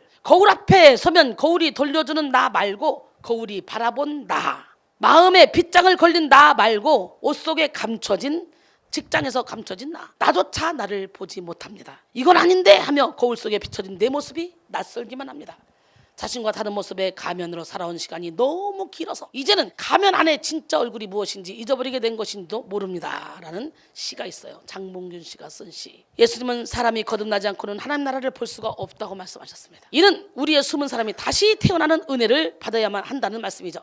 우리 마음속에 숨은 옛사람이 그리스도의 십자가에 못 박혀 죽고 새 사람으로 변화되어야만 우리는 하나님 나라를 볼 수 있는 것입니다. 이 시간 우리의 숨은 사람을 정확하게 발견하시고 발견되진 숨은 사람을 십자가에 못 박읍시다. 그리고 하나님이 예비하신 우리 안에 하나님의 성품을 개발합시다. 갈라디아서 2장 20절에 내가 그리스도와 함께 십자가에 못 박혔나니 그런즉 이제는 내가 사는 것이 아니요 오직 내 안에 그리스도께서 사시는 것이라. 이제 내가 육체 가운데 사는 것은 나를 사랑하사 나를 위하여 자기 자신을 버리신 하나님의 아들을 믿는 믿음 안에 사는 것이라 그랬어요. 이 시간 여러분의 숨은 사람이 거듭나는 은혜를 누리기를 원합니다. 숨은 사람이 거듭나면 과거의 나를 청산하고 새로운 삶을 살게 됩니다. 과거의 외로움, 이기심, 욕심, 시기, 분노, 미움, 교만이 십자가에 못 박히고 성령의 성품으로 다시 태어나게 되는 것이죠. 숨은 사람이 다시 태어나면 세상보다 하나님을 더 사랑하게 됩니다. 돈보다 하나님을 더 의지하게 됩니다. 속사람이 거듭나면 자신의 뜻보다 하나님의 뜻에 순종하게 됩니다. 자기 자신의 유익보다 하나님 나라를 먼저 구하게 되고 이타적인 삶을 살게 됩니다. 속사람이 거듭나는 은혜, 속사람의 강건함을 누리는 은혜가 여러분 모두에게 충만히 임하시기를 바랍니다. 할렐루야. 이 시간 옛사람의 옷을 벗읍시다. 그리고 새사람의 옷을 입읍시다. 로마서 13장 12절로 14절, 밤이 깊고 낮이 가까웠으니 그러므로 우리가 어둠의 일을 벗고 빛의 갑옷을 입자. 낮에와 같이 단정히 행하고 방탕하거나 술 취하지 말며 음란하거나 호색하지 말고 다투거나 시기하지 말고 오직 주 예수 그리스도 옷 입고 정욕을 위하여 육신의 일을 도모하지 말라 그랬어요. 오늘 본문 속의 두 주인공 사도 바울과 루스드라의 안진뱅이는 자신 안에 숨어있는 또 다른 자신을 발견하는 은혜를 입었습니다. 두 주인공이요 자신 안에 숨어있는 또 다른 자신을 발견했다는 거예요. 루스드라는 로마 황제 아우구스투스가 기원전 26년 전에 전략적 요충지로 세운 도시입니다. 또한 당시 주변 지역에서 출몰하던 이 비시디아 토착 민족들을 감시하려는 목적으로 세운 도시라고 합니다. 또한 이 도시는 바울의 신앙의 아들인 디모데의 고향으로도 알려졌습니다. 본문의 안진뱅이는 이런 루스드라에서 태어나면서 한 번도 걸어본 적이 없는 사람이에요.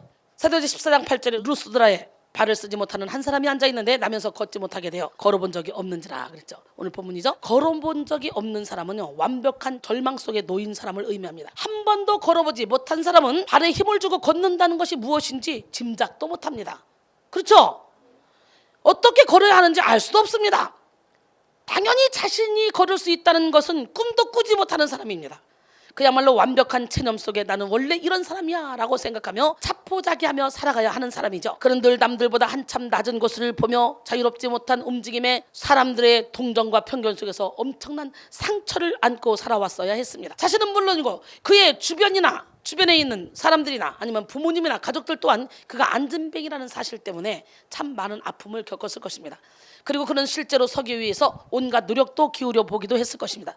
그러나 그럴 때마다 그는 다시 주저앉을 수밖에 없었고 점점 더 절망과 좌절을 맛볼 수밖에 없었을 것입니다. 이런 마음의 상태가 지속되었을 때 그는 인생의 모든 소망을 포기하였을 때 오는 아픔에는요 체념이 가장 좋은 치료제라고 생각했을지도 몰라요. 아예 그냥 체념하고 살았을지도 몰라요. 그래서 결국 절망과 체념은 이 안진뱅이의 속사람이 되었고 변화될 수 없는 것으로 여겨지는 자신의 실존이 되었죠.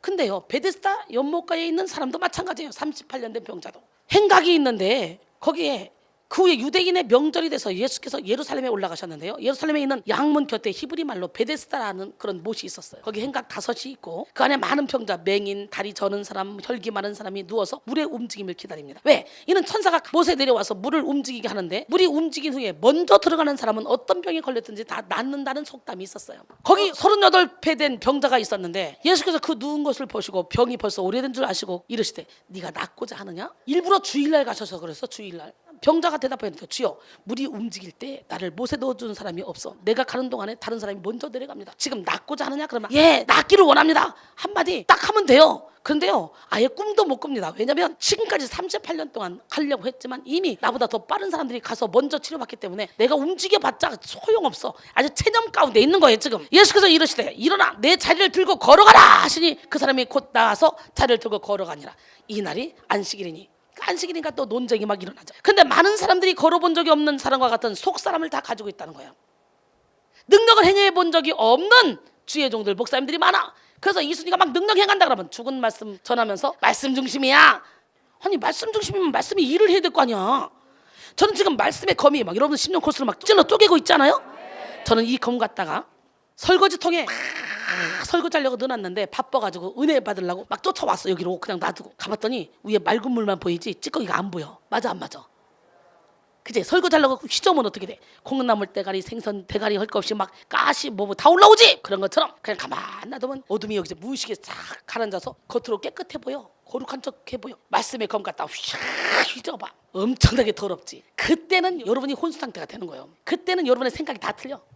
그때는 이제 막 귀신이 그래. 아 이거 은혜 있다 하더니 은혜도 하나도 없다 야. 이거 더 힘들다 야. 여기 왔더니 왜 더 힘드냐. 첫날만 좋고 찬양만 좋고 더 힘들다 야. 아니 나 갈래. 보따리싸 가는 사람 있다. 분명히. 예, 속지 마세요. 속지 마. 사탄에게 속지 마. 대청소를 하려면 한번 확 어질러 놔야지. 그리고 쓸어내는 거지, 그치? 그러니까 말씀의 검으로 확 휘둘러서 여러분 속에 이 어둠이 올라올 때요 별짓거리 다 한다 이것들이. 부정적인 생각을 주고 막 왜? 여러분을 여러분보다 더 잘 알아. 여러분하고 오랫동안 살았기 때문에 얘는 어떻게 하면 넘어진다. 이거 너무 잘 알아 귀신이. 그러니까 지금부터는 내 생각은 무조건 틀리다. 아멘. 그리고 하나님의 말씀에 그냥 순종하고 따라와야 여러분이 수술 받을 수 있는 거야. 나는 지금 중환자실에 입원했다. 그런 생각으로 앉아 계시기 바랍니다. 할렐루야. 예, 날 때부터 교만하고 이기적이며 육적이며 미련한 삶을 살아서 겸손을 모르고 사랑을 모르고 영과 지혜를 이해하지 못하는 그런 자신을 어쩔 수 없는 것이라 여기며 살아가는 사람이 참 많죠. 자신의 속사람이 여기저기 상처 입고 병들었으며 걷지도 못하고 뛰지도 못한다는 것을 알고 보면서도 변화될 수 있다는 소망을 믿음을 갖지 못하는 사람들도 많이 있습니다. 왜? 나는 신앙생활 오래 했어. 난 유명한 사람 다 쫓아다녔어. 근데 나는 안 됐어. 예, 근데 안 됐어 라고 생각하는 사람은 진짜 안 돼요. 열매 맺는 주의 종을 만났으면 될 때까지 밀어붙이는 거예요. 예, 구하는 대로 주신다 그랬어요. 믿음대로 된다 그랬어요. 그래서 더럽고 연약하며 완악한 자신의 속사람을 보면서도 자포자기하며 살아가는 사람들이 많은 것입니다. 여러분 어떻습니까? 설교 서두에 예로 말씀드렸던 두 얼굴의 내조의 여왕도 자신의 숨은 사람이 죄에 빠져 허우적거리는 것에 대해서 절망했을 것입니다. 그러나 그들은 자신의 숨은 사람이 더러워지고 병들어 악취를 풍기는 것을 보면서도 어쩔 수 없다고 생각했을 거예요. 하지만 여러분, 하나님은 우리의 숨은 사람을 치료하십니다. 더럽고 연약하며 완악한 자신의 속사람을 보면서도 자포자기하며 사는 사람 많은데 여러분은 그러지 마시고 지금 하나님 앞에 나가서 그냥 치료받으세요. 하나님께 여러분 자신을 맡기세요. 할렐루야. 숨은 사람이 더러워지고 병들어 악취를 풍기는 것을 보면서도 어쩔 수 없다고 잊지 마시고 숨은 사람을 새롭게 변화시키세요. 보세요. 이순이를 보세요. 얼마나 행복해 보입니까? 예, 오늘 이 시간에 숨은 사람을 치료합시다. 하나님은 우리 영혼의 최고의 의사시고요. 우리의 창조주시고요. 우리의 속사람을 온전하고 흠없게 만들 수 있는 분이에요. 역대하 7장 14절에 보니까 내 이름으로 일컫는 내 백성이 그들의 악한 길에서 떠나 스스로 낮추고 기도하여 내 얼굴을 찾으면 내가 하늘에서 듣고 그들의 죄를 사하고 그들의 땅을 고칠지라 그랬어요. 이사야 1장 18절에 보니까 여호와께서 말씀하실 때 오라 우리가 서로 변론하자. 너희의 죄가 주홍 같을지라도 눈과 같이 이어질 것이요 진홍같이 붉을지라도 양털같이 희게 되리라 그랬어요. 요한일서 1장 9절에 보니까 만일 우리가 우리 죄를 자백하면 그는 미쁘시고 의로우사 우리 죄를 사하시며 우리를 모든 불의에서 깨끗하게 하실 것이요 그랬어요. 할렐루야. 여러분 이 시간 믿음으로 모든 죄를 사함받고 하나님의 말씀을 지키며 살아갑시다. 하나님의 말씀은 바로 하나님 사랑 이웃사랑이잖아요. 여러분 마음속에 하나님 사랑 이웃사랑으로 가득 채워졌다면 여러분은 지금 말씀을 완성시키고 있는 거예요. 우리가 이웃을 사랑하면 하나님은 우리의 삶을 물된 동산처럼 물이 끊어지지 않는 샘처럼 이렇게 만들어주신다고 약속하셨어요. 이사야 58장 6절로 11절 보니까 이사야 58장은 금식장이다. 금식장. 근데 이제 6절 이하에 딱 보니까 내가 기뻐하는 금식은 무조건 굶는 것이 아니고 흉악의 결박을 풀어주며 압제당하는 자를 자유케 하며 멍에의 줄을 끌어주며 모든 멍에를 꺾는 것이 아니겠느냐. 또 줄인 자에게 내 양식을 나누어주며 유리하는 빈먼을 집에 들이며 헐벗은 자를 보면 입히며 내 권력을 피하여 스스로 숨지 아니하는 것이 아니겠느냐. 이렇게 이웃을 내 몸처럼 사랑하면 그 다음이 대박입니다. 그리하면 내 빛이 새벽같이 비칠 것이요 내 치유가 급속할 것이며 내 공의가 내 앞에 행하고 여호와의 영광이 내 뒤에 호위하리니. 여호와의 영광이 우리의 비서실장이 됐네. 예, 이렇게 여호와의 영광이 내 뒤에 호위하리니 내가 부를 때는 내가 응답하겠고 내가 부르짖을 때는 내가 여기 있다 하리라. 그러면 부르짖어야지.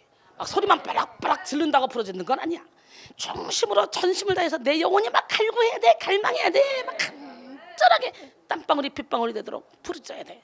할렐루야. 만일 내가 너희 중에서 멍에와 손가락질과 허망한 말을 제하여 버리고 줄인 자에게 내 심정이 통하며 괴로운 자의 심정을 만족하게 하면 내 빛이 흑암 중에서 떠올라 내 어둠이 낮과 같이 될 것이며 여호와가 너를 항상 인도하여 메마른 곳에서도 내 영혼을 만족하게 하며 내 뼈를 견고하게 하리니 너는 물된 동상 같겠고 물이 끊어지지 않는 샘 같을 것이라. 말라기 4장 1절로 3절 보니까 만군의 여호와가 이르노라. 보라 용광로 불 같은 날이 이르리니 교만한 자와 악을 행하는 자는 다 지푸라기 같을 것이라. 그 이른 날에 그들을 살라. 그 뿌리와 가지를 남기지 아니할 것이요 내 이름을 경외하는 너에게는 공의로운 해가 떠올라서 시려하는 광선을 비추리니 너희가 나가서 외양간에서 나온 송아지같이 뛰리라. 또 너희가 악인을 밟을 것이니 그들이 내가 정한 날에 너희 발바닥 밑에 재와 같으리라. 만군의 여호와의 말이니라. 할렐루야. 교만한 자와 악을 행하는 자는 다 지푸라기 같대. 지푸라기는 뭐예요? 순식간에 휙 타버리는 거예요. 옛날에 장작불 떼는 사람도 많았지만 그거는 남자가 많은 집이 나무에서 장작불을 뗐지. 우리처럼 딸 아들 딸 이렇게 있는 딸만 있는 집은요 그냥 나무를 떼었어. 나무를. 낙엽도 막 모아다가 말려서 떼기도 하고 볏짚도 말려서 떼기도 하고. 근데 그 낙엽 모아서 말려서 떼봐요. 그러면 휙 불 한번 그냥 나면 한꺼번에 동시에 싹 타버려. 그죠? 근데 장작불은 은근하게 오랫동안 타잖아. 난 여러분 장작불이 되길 원해. 건불이 되지 마. 어? 근데요 다 지푸라기 같을 것이래요. 교만한 자, 악을 행하는 자. 그 이른 날에 그들을 살라 뿌리와 가지를 남기지 않을 것이래요. 그러나 내 이름을 경외하는 너에게는 공의로운 해가 떠올라서 치료하는 광선을 비친다네. 오늘 여러분 치료하는 광선을 받기를 원해요. 내 치유가 급속한다 그랬잖아. 근데 봐요. 암병은 40도 이상에서 고온에서 지져버리면 순식간에 다 없어져 버려. 근데 40도 이상 고온을 집어넣어버리면 우리가 죽어버려. 그래서 못할 뿐이야. 그러니까 성령의 용광 같은 불이 오늘 이 시간에 여러분 확 가서 수술해버리면 암세포고 뭐고 순식간에 다 타버려. 걱정할 필요도 없어. 근데 불이 올 때는 어떻게 따끈따끈하게 기분이 엄청 째집니다. 이야 나 아주 불이요 용광로 불 같은 불이 허리에 엄청나게 허리가 아프다고 다니기도 했대. 용광로 불 같은 불이 여기 딱 붙어가지고 그냥 치료하대요.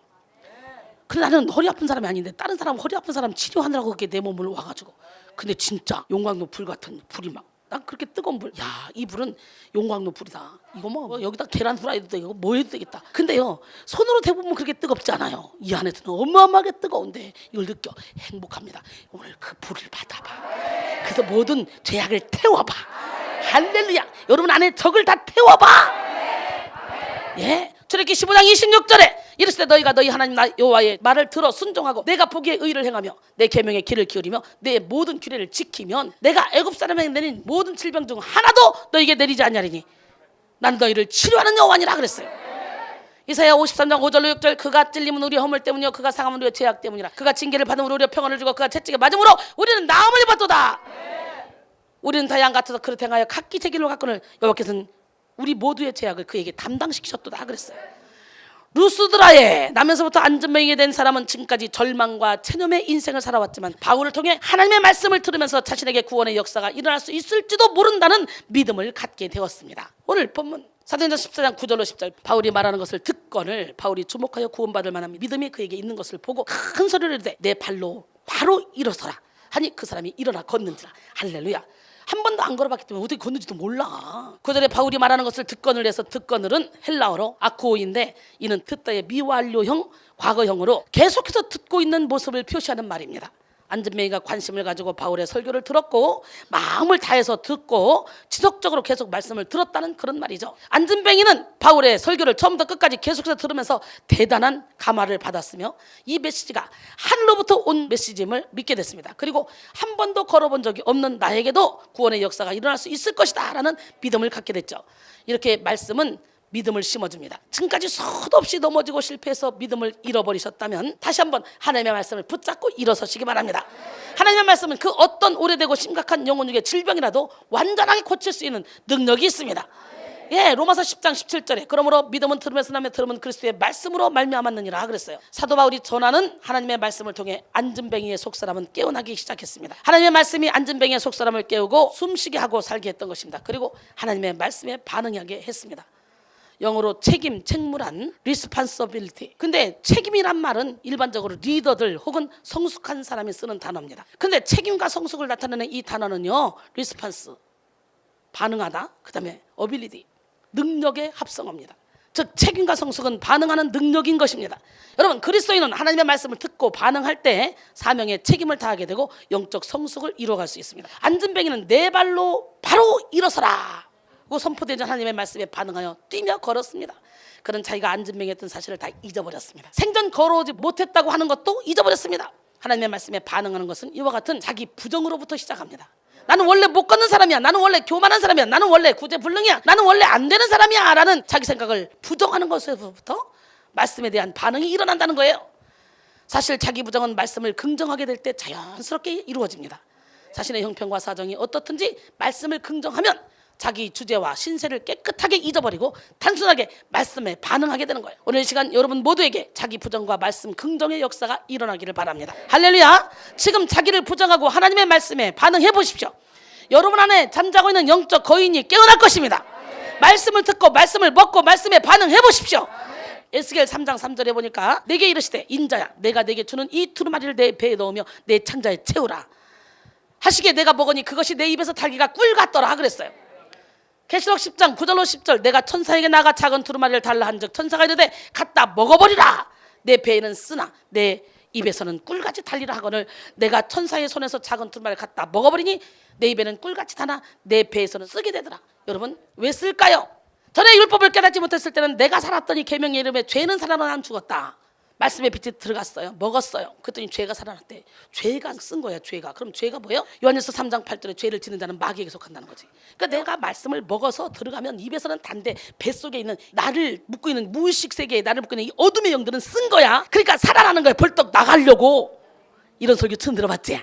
이렇게 안진뱅이는 바울을 통해 하나님의 말씀에 반응하며 한 번도 걸어보지 못한 그의 속사람과 겉사람을 청산하고 기적의 주인공이 됐어요. 그런데 이 사건은 안진뱅이에게만 자신 안에 있는 또 다른 자신을 발견한 시간이 아니었습니다. 이 사건은 바울의 사역에서 공식적인 첫 번째 치유 사건이었기 때문에 사도 바울이 이 사건을 통해 자기 안에 숨어있는 또 다른 자신을 발견하게 된 거예요. 할렐루야. 예, 이렇게 안진뱅이는 바울을 통한 하나님의 말씀에 반응하며 이렇게 그의 잘못된 속사람을 고정관념의 틀에 갇혀있던 속사람을 청산한 줄로 믿습니다. 우리 하나님은 누구 하나님? 사도 바울도 이 사건을 통해서 자기 안에 숨어있는 또 다른 자신을 발견하게 된다는 거예요. 능력 있는 자신 오늘 이 시간에 여러분들도 발견하기를 원해요. 우리 하나님은 누구 하나님? 본문 9절에 보면 바울이 주목하여 그 사람을 보았을 때 그 사람에게서 구원을 받을 만한 믿음이 있는 것을 봤다 그랬는데 여러 부류의 사람들이 거기에 앉아 설교를 들었지만 특별히 나면서부터 안진뱅이였던 이 사람은 바울의 설교에 빨려 들어왔어. 복음의 능력이 그 사람 속에 막 심어졌어. 오늘 복음의 능력이 막 여러분 한 사람 한 사람에게 심어져야 돼. 말씀의 능력이 막 시작이 되는 거야. 마가복음 4장 26절로 28절까지 보면 또 이르시되 하나님의 나라는 사람이 씨를 땅에 뿌린 것 같으니 그가 밤낮 자고 깨고 하는 중에 씨가 나서 자라되 어떻게 그리 되어 있는지 알지 못하느냐. 땅이 스스로 열매를 맺되 처음에는 싹이요 다음에 이삭이요 다음에 이삭에 충실한 곡식이니라 그랬어요. 사도 바울은 이 안진뱅이가 자신의 설교를 짧은 시간 동안 들었지만 그 말씀이 그 사람 속에서 능력이 되고 믿음이 되고 있다는 사실을 볼 수 있었습니다. 이미 죽어버린 사화산이 다시 살아난 활화산처럼 그 속에서 뭔가 모를 힘이 막 솟아나고 있는 것을 지금 사도 바울이 목격한 것입니다. 이것은 육감이 아닙니다. 이거는 바로 하나님이 주시는 영감입니다. 영감에 불러 그런 게 아니고 영적인 감각.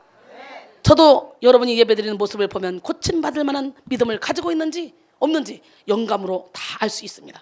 이 시간 최선을 다해서 하나님을 의지합시다. 할렐루야. 미국의 데스밸리라는 죽음의 계곡이 있는데 황량한 분위기의 영화 촬영지로도 유명한 곳인데요. 그곳은 마치 달나라와 같은 느낌이 드는 곳입니다. 광대한 사막 가운데 살아있는 생명체가 별로 없기 때문에 사람들은 죽음 앞에 섰을 때 공포심을 느끼죠. 황무한 데스밸리에 가면 그런 비슷한 감정을 느낄 수 있다고 하는데요. 그래서 그곳이 관광지가 되었습니다. 그런데 데스밸리는 그 이름대로 죽음을 맛보는 곳인데 어찌된 일인지 2014년에 데스밸리에 많은 비가 내렸습니다. 그 이후로 황량한 데스밸리에 꽃이 피기 시작했어요. 사실 멀리서 날아왔던 꽃씨들이 긴 시간 동안 그 땅에 묻혀 있었다가 확 비가 내리니까 묻혀있던 씨들이 물을 만나니까 드디어 발아하기 시작했던 거죠. 여러분 얼마나 많은 설교를 들었어. 솔직히 말해봐. 저 설교 나 아는 설교야? 아이 저거 뻔해. 나 저거 알아. 식상해. 본문만 읽어도 저건 저거야. 아주 그냥 얼마나 많이 들었냐고. 그런데 뭐예요? 크게 길가밭, 돌짝밭, 가시밭이라 생수가 없어서 발아하지를 못해. 씨가 떼글떼글 굴러다녀. 얼마나 많은 말씀의 씨가 여러분 안에 뿌려졌습니까? 그러나 발아하지 못하고 그냥 떨어져 있지는 않습니까? 오늘 이 부족한 종의 설교를 통해 생수가 뿌려짐으로 말씀의 씨가 발아하여 30배, 60배, 100배 결실을 맺기를 원합니다. 요한복음 7장 37절로 39절 명절 끝날 곧 큰 날에 예수께서 외쳐 이르시되 누구든지 목마르거든 내게로 와서 마시라. 나를 믿는 자는 성경에 이른과 같이 그 배에서 생수의 강이 흘러나오리라. 여기서 우리 수민자매의 간증 하나를 듣고 갑시다. 2017년 7월 31일 이순희 목사님께서 영적인 침체와 매너리즘에서 벗어나자라는 설교를 선포하실 때에 저희 눈앞에 성문이 나타났습니다.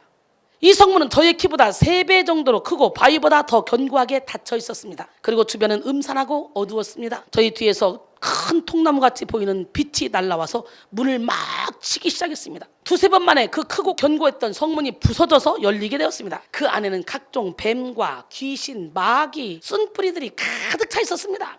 그리고 그것을 보았을 때 구궁쿵 하면서 부서지는 소리가 들렸습니다. 그 소리는 성전 천장에 구멍이 뚫리면서 나는 소리였습니다. 구멍은 목사님께서 설교하시는 강단 쪽 앞 하나, 신발장 있는 쪽 뒤쪽 하나, 총 2개의 구멍이 생겼습니다. 여기서 뚫리고 그 끝에서 뚫리고. 할렐루야. 앞 구멍에서 생명수가 나야가라 폭포처럼 쏟아져 내렸습니다. 생명수는 얼마 되지 않아 성전을 가득 채웠고 부서진 성문으로 생명수가 들어갔습니다. 그리고 그 생명수는 안에 있던 뱀, 귀신, 각종 짐승, 마귀, 쓴뿌리를 영화 해운대에서 쓰나미가 몰려와 모든 것을 쓸어가 버린 것처럼 그 안에 있는 모든 것들을 쓸어버렸고 냄새나는 오물이 되었습니다. 그 생수가 이제 다 쓸어가니까 냄새나는 오물이 된 거예요. 오물은 성도님들이 예배 드릴 때 웃거나 찬양하거나 아멘하고 대답할 때 입을 통해 빠져나갔습니다. 이제는 아멘 하겠네? 저는 말씀을 들으면서 축사도 함께 된다는 말씀을 이해하면서도 문득문득 의문이 있었습니다. 그런데 이 환상을 통해 결국 나의 믿음이 부족했다는 것을 깨달았고 회개의 마음이 들었습니다. 그러니까 말씀을 들을 때 아멘 아멘 하면 제가 어둠이 떠나간다고 말을 난 하잖아. 근데 징그럽게 아멘도 안 하더라고. 아멘은 출장하고 노맨이 보초 서가지고. 그리고 환상이 끝이 나서 오늘 이런 깨달음을 주시기 위해서 환상을 보여주셨구나라고 생각할 때 사람들의 머리 위에서 바구니가 달린 줄이 오르락 내리락 하고 있었습니다. 저는 바구니 안이 무엇이 들었는지 궁금했습니다. 여러 바구니 안을 이렇게 봤지만 도저히 무엇이 들었는지 알 수 없었습니다. 그래서 주님이 나중에 알려주시겠지 뭐. 그리고 더욱더 목사님의 말씀에 집중했습니다. 말씀에 집중하여 목사님을 바라보는데 목사님에게서 사랑이 막 흘러넘치고 눈에 작은 하트가 막 저희를 향해 막 끊임없이 날라왔습니다. 목사님의 사랑은 저희 모두가 들어가서 수영하고도 한참 남을 만큼 크고 넓었고 저는 그 사랑에 취하는 느낌이 들었습니다. 에베소 3장 17절로 18절 믿음으로 말미암아 그리스도께서 너희 마음에 계시게 하셨고 너희가 사랑 가운데서 뿌리가 박혀 터가 굳어져서 능히 모든 성도와 함께 지식에 넘치는 그리스도의 사랑을 알고 그 너비와 길이와 높이와 깊이가 어떠함을 깨달아 하나님의 모든 충만하신 것으로 충만하게 하시기를 구하노라 그랬잖아요. 오늘 예수님의 사랑의 너비와 길이와 높이와 깊이가 어떠함을 깨닫고 사랑으로 충만해지길 원합니다. 그러면 사랑은 율법의 완성이잖아요. 그러니까 사랑이 이 안에 가득하면 저절로 율법을 완성하게 되고 진리의 자유 가운데 저처럼 이렇게 행복하게 살게 됩니다. 힘들게 예수 믿을 필요 없어요. 신바람 나게 믿는 거지. 예배를 드려도 이게 기쁨이고 오락이 쾌락이야. 예배가 목사님께서 은혜의 자리에 나와 예배 드리는 것만으로도 천국 집에 벽돌 한 장씩 쌓는다고 말씀하셨는데 사람들 머리 위에 계속 오르락내리락 하던 바구니 안에 들어있던 물건이 명확하게 보였습니다. 그 물건은 천국집을 지을 때 사용하는 벽돌, 창문, 창틀, 문 이런 것들이었습니다. 할렐루야. 저는 내적 치유를 통해 제가 변화되고 저희의 가족이 변화되는 것만으로 감사한데 이렇게 예배만 드릴 뿐인데 천국에 상급이 쌓이는 것을 보고 감탄을 멈출 수가 없었습니다. 저를 이 예배의 자리로 인도하신 하나님께 감사합니다. 우리 하나님 멋쟁이 하나님은 누구 하나님? 그 하나님은 살아계십니다. 우리 윤수민이의 간증이에요. 여러분, 우리 하나님 참 멋지죠. 바울은 영감으로 나면서부터 안지병이 된 자 안에 있는 또 다른 사람을 보게 된 거야. 저도 영감으로 여러분 안에 있는 또 다른 사람을 보는데, 어떤 사람은 악독한 사람이고 어떤 사람은 아주 천사같이 아름다운 사람이고. 내가 야단치거든 왜 나를 야단치냐고 하지 말고 깨져, 좀 깨져. 깨질 만한 게 있으니까 야단친다 생각하고 깨져.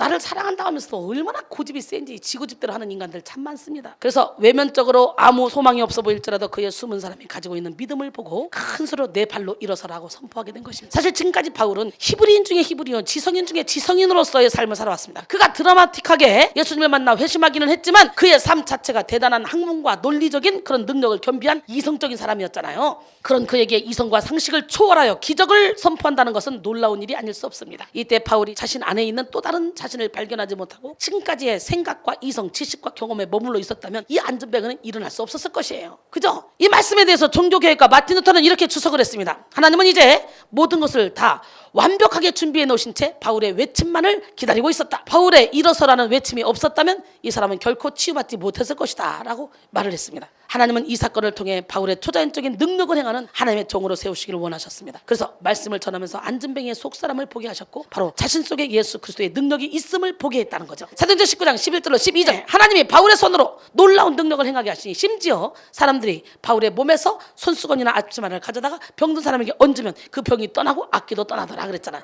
예, 저도 동일하게 이런 역사가 일어나요.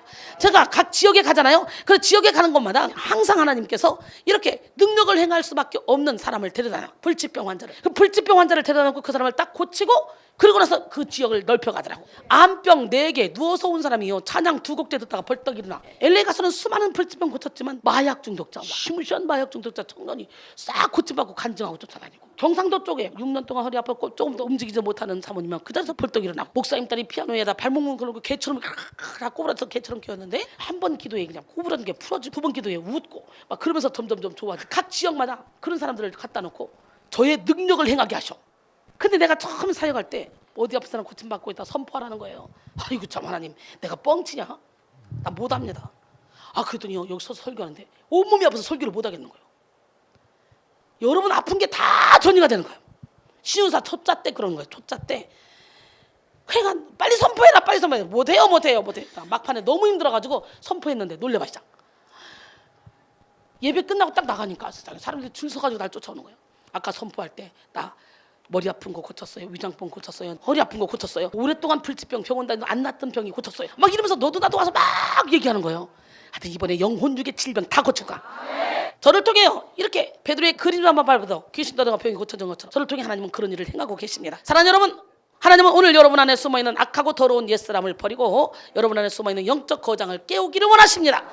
우리는 우리의 숨은 사람의 악함을 보고 철저히 절망하며 옛사람을 철저히 십자가에 못 박아야 됩니다. 예, 동시에 우리 안에 숨어있던 영적 거장이신 성령님을 깨워서 주님 안에서 소망을 갖는 여러분 되기를 원합니다. 나 자신에게는 철저히 절망하고 하나님께서는 소망을 갖기를 원합니다. 하나님은 우리에게 크고 은밀한 일을 보기를 원하십니다. 우리에게 그 비밀을 숨겨 놓으셨습니다. 요한복음 14장 12절로 13절 보니까 내가 진실로 너에게 이르노니 나를 믿는 자는 내가 하는 일을 그도 할 것이요 또한 이보다 큰 일도 하리니 이는 내가 아버지께로 감이라. 너희가 내 이름으로 무엇을 구하든지 내가 행하리니 이는 아버지로 하여금 아들로 말미암아 영광을 받으시게 하리함이라. 그랬어요. 예수님이 십자가에 못 박혀 죽으시고 부활하신 후에 그 다음날 저녁 때에 제자들이 있는 곳에 가셨어요. 가시자마자 너에게 평강이 있을지어다. 그리고 손과 옆구리를 보이시니까 제자들이 예수님인 줄 알고 좋아하죠.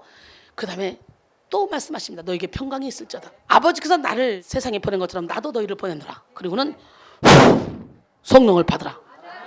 너희가 누구의 죄든지 사하면 사질 것이요 누구의 죄든지 그대로 두면 그대로 있으리라. 여러분 누구의 죄든지 사할 수 있는 권리, 그대로 둘 수 있는 권리가 여러분에게 있대네. 어킹조 나는 보통 사람이 아니다 그랬잖아요. 요한복음 14장 12절에도 예수를 믿기만 하면 내가 하는 일을 그도 할 것이요 이보다 더 큰 일도 한다 그랬잖아요. 믿는 자에 따른 표적. 저희가 내 이름으로 귀신을 쫓아내며 새 방언을 말하며 뱀을 집어올리며 무슨 독을 마셔도 해를 받지 않냐고 병든 사람에게 선언한 즉 나으리라. 저는 그 말씀을 받고 세계 선교 나갔거든요. 근데 그 말씀이 그대로 제 삶 가운데 제 사역 가운데 그대로 이루어지더라고. 여러분들도 오늘 발견해야 돼. 사도 바울이 자기 안에 능력이 있다는 걸 발견한 것처럼 루스라의 그 환자가 자기도 고칠 만한 능력이 있다는 걸 발견한 것처럼 여러분 안에 잠재력, 여러분 안에 있는 예수 그리스도의 그 능력을 발견하는 시간이 되기를 원합니다. 나는 조금 예수로 사는 시간이 되기를 소원합니다. 사과 속에 있는 씨는요 헤아려 볼 수 있지만 씨 속에 있는 사과는 하늘만이 안다라는 말이 있어요. 맞죠? 사과 먹고 나면 씨 하나 있죠. 근데 그 씨 심어가지고 거기서 나오는 거는 그 씨 속에 있는 사과는 하늘만이 알아. 몇 개가 열릴지 몰라, 그지? 헤아릴 수가 없어. 사과를 자르면 씨는 보입니다. 그러나 씨 속에 얼마나 많은 사과가 들어있는지 알 수가 없다는 거죠. 마찬가지로 우리 안에 영적 거장이신 성령님이 가지고 계신 잠재력은 우리가 다 말로 다 표현할 수 없어요. 예수를 믿는다고 고백한 순간 성령님은요 우리 안에 들어오시죠. 각종 능력을 가지고 우리를 신부 삼아 주시죠. 봐요. 신랑 신부가 결혼해봐. 그러면 좋은 집에다가 좋은 거 막 갖다 넣어놓잖아. 그런 것처럼 막 신나게 여기다 넣어놓으셨어. 그렇기 때문에 성령님만 풀어드리면 돼. 성령의 기름이 부어지잖아. 그럼 우리 하나님이 혹은 사도로, 혹은 선자로, 혹은 복음 전환자로, 혹은 목사나 교사로 사용하신다네. 아멘.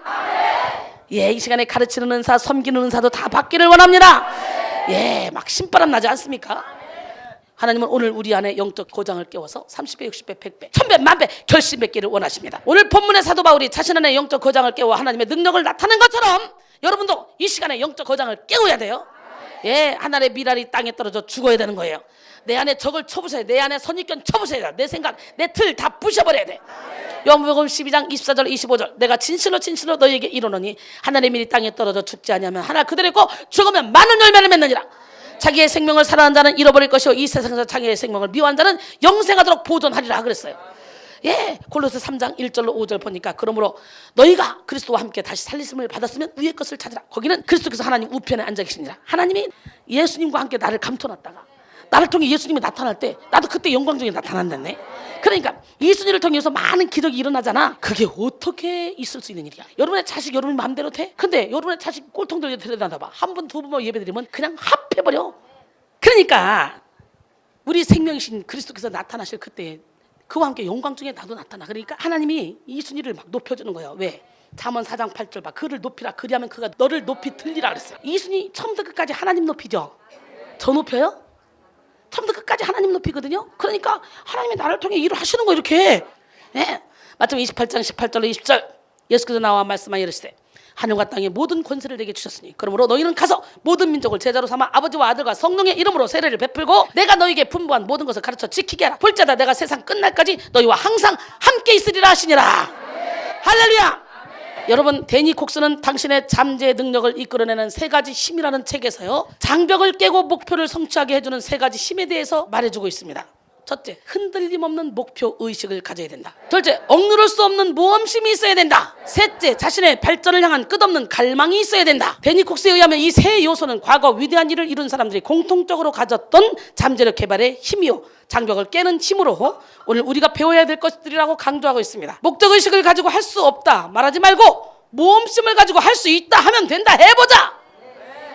긍정적인 사고로 끝없이 애쓰고 힘을 쓴다면 놀라운 잠재력이 여러분 안에서 터져 나온다는 그런 얘기입니다. 빌립보 4장 13절에 내게 능력 주시는 자 안에서 나는 뭐든지 할 수 있습니다. 사랑하는 여러분, 우리 안에는 우리가 알지 못하는 내가 있습니다. 내 안에 숨어있는 또 다른 나는 이중성을 가지고 있습니다.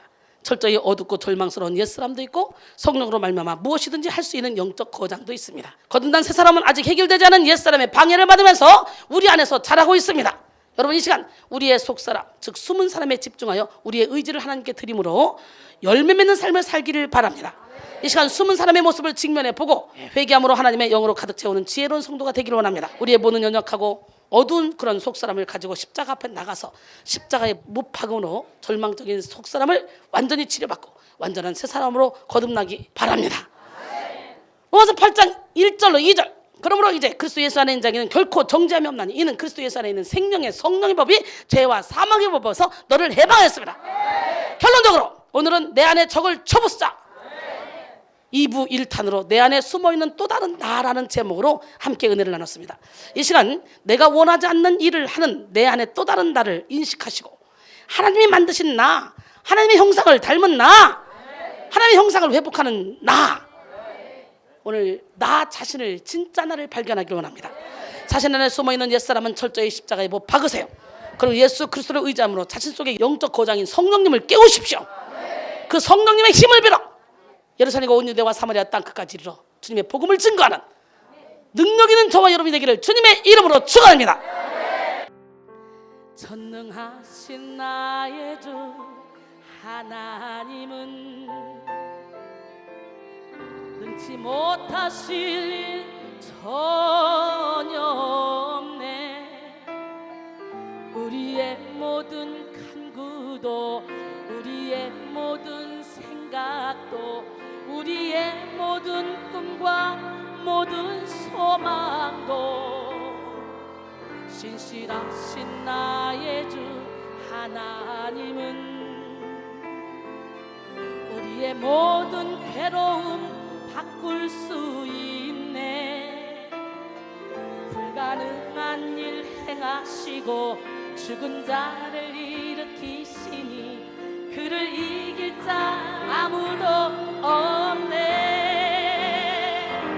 주의 말씀을 의지하여 깊은 곳에 금을 던져 오늘 그가 놀라운 일을 이루시는 것 보라. 주의 말씀을 의지하여 믿음으로 금을 던져 믿는 자에게 능치 못하옵네. 전능하신 나의 주 하나님, 전능하신 나의 주 하나님은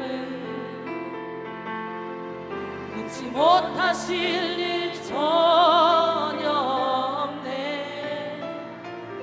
우리의 모든 간구도 우리의 모든 생각도 우리의 모든 꿈과 모든 소망도 신실하신 나의 주 하나님은 우리의 모든 괴로움 바꿀 수 있네. 불가능한 일 행하시고 죽은 자를 일으키시니 그를 이길 자 아무도 없네.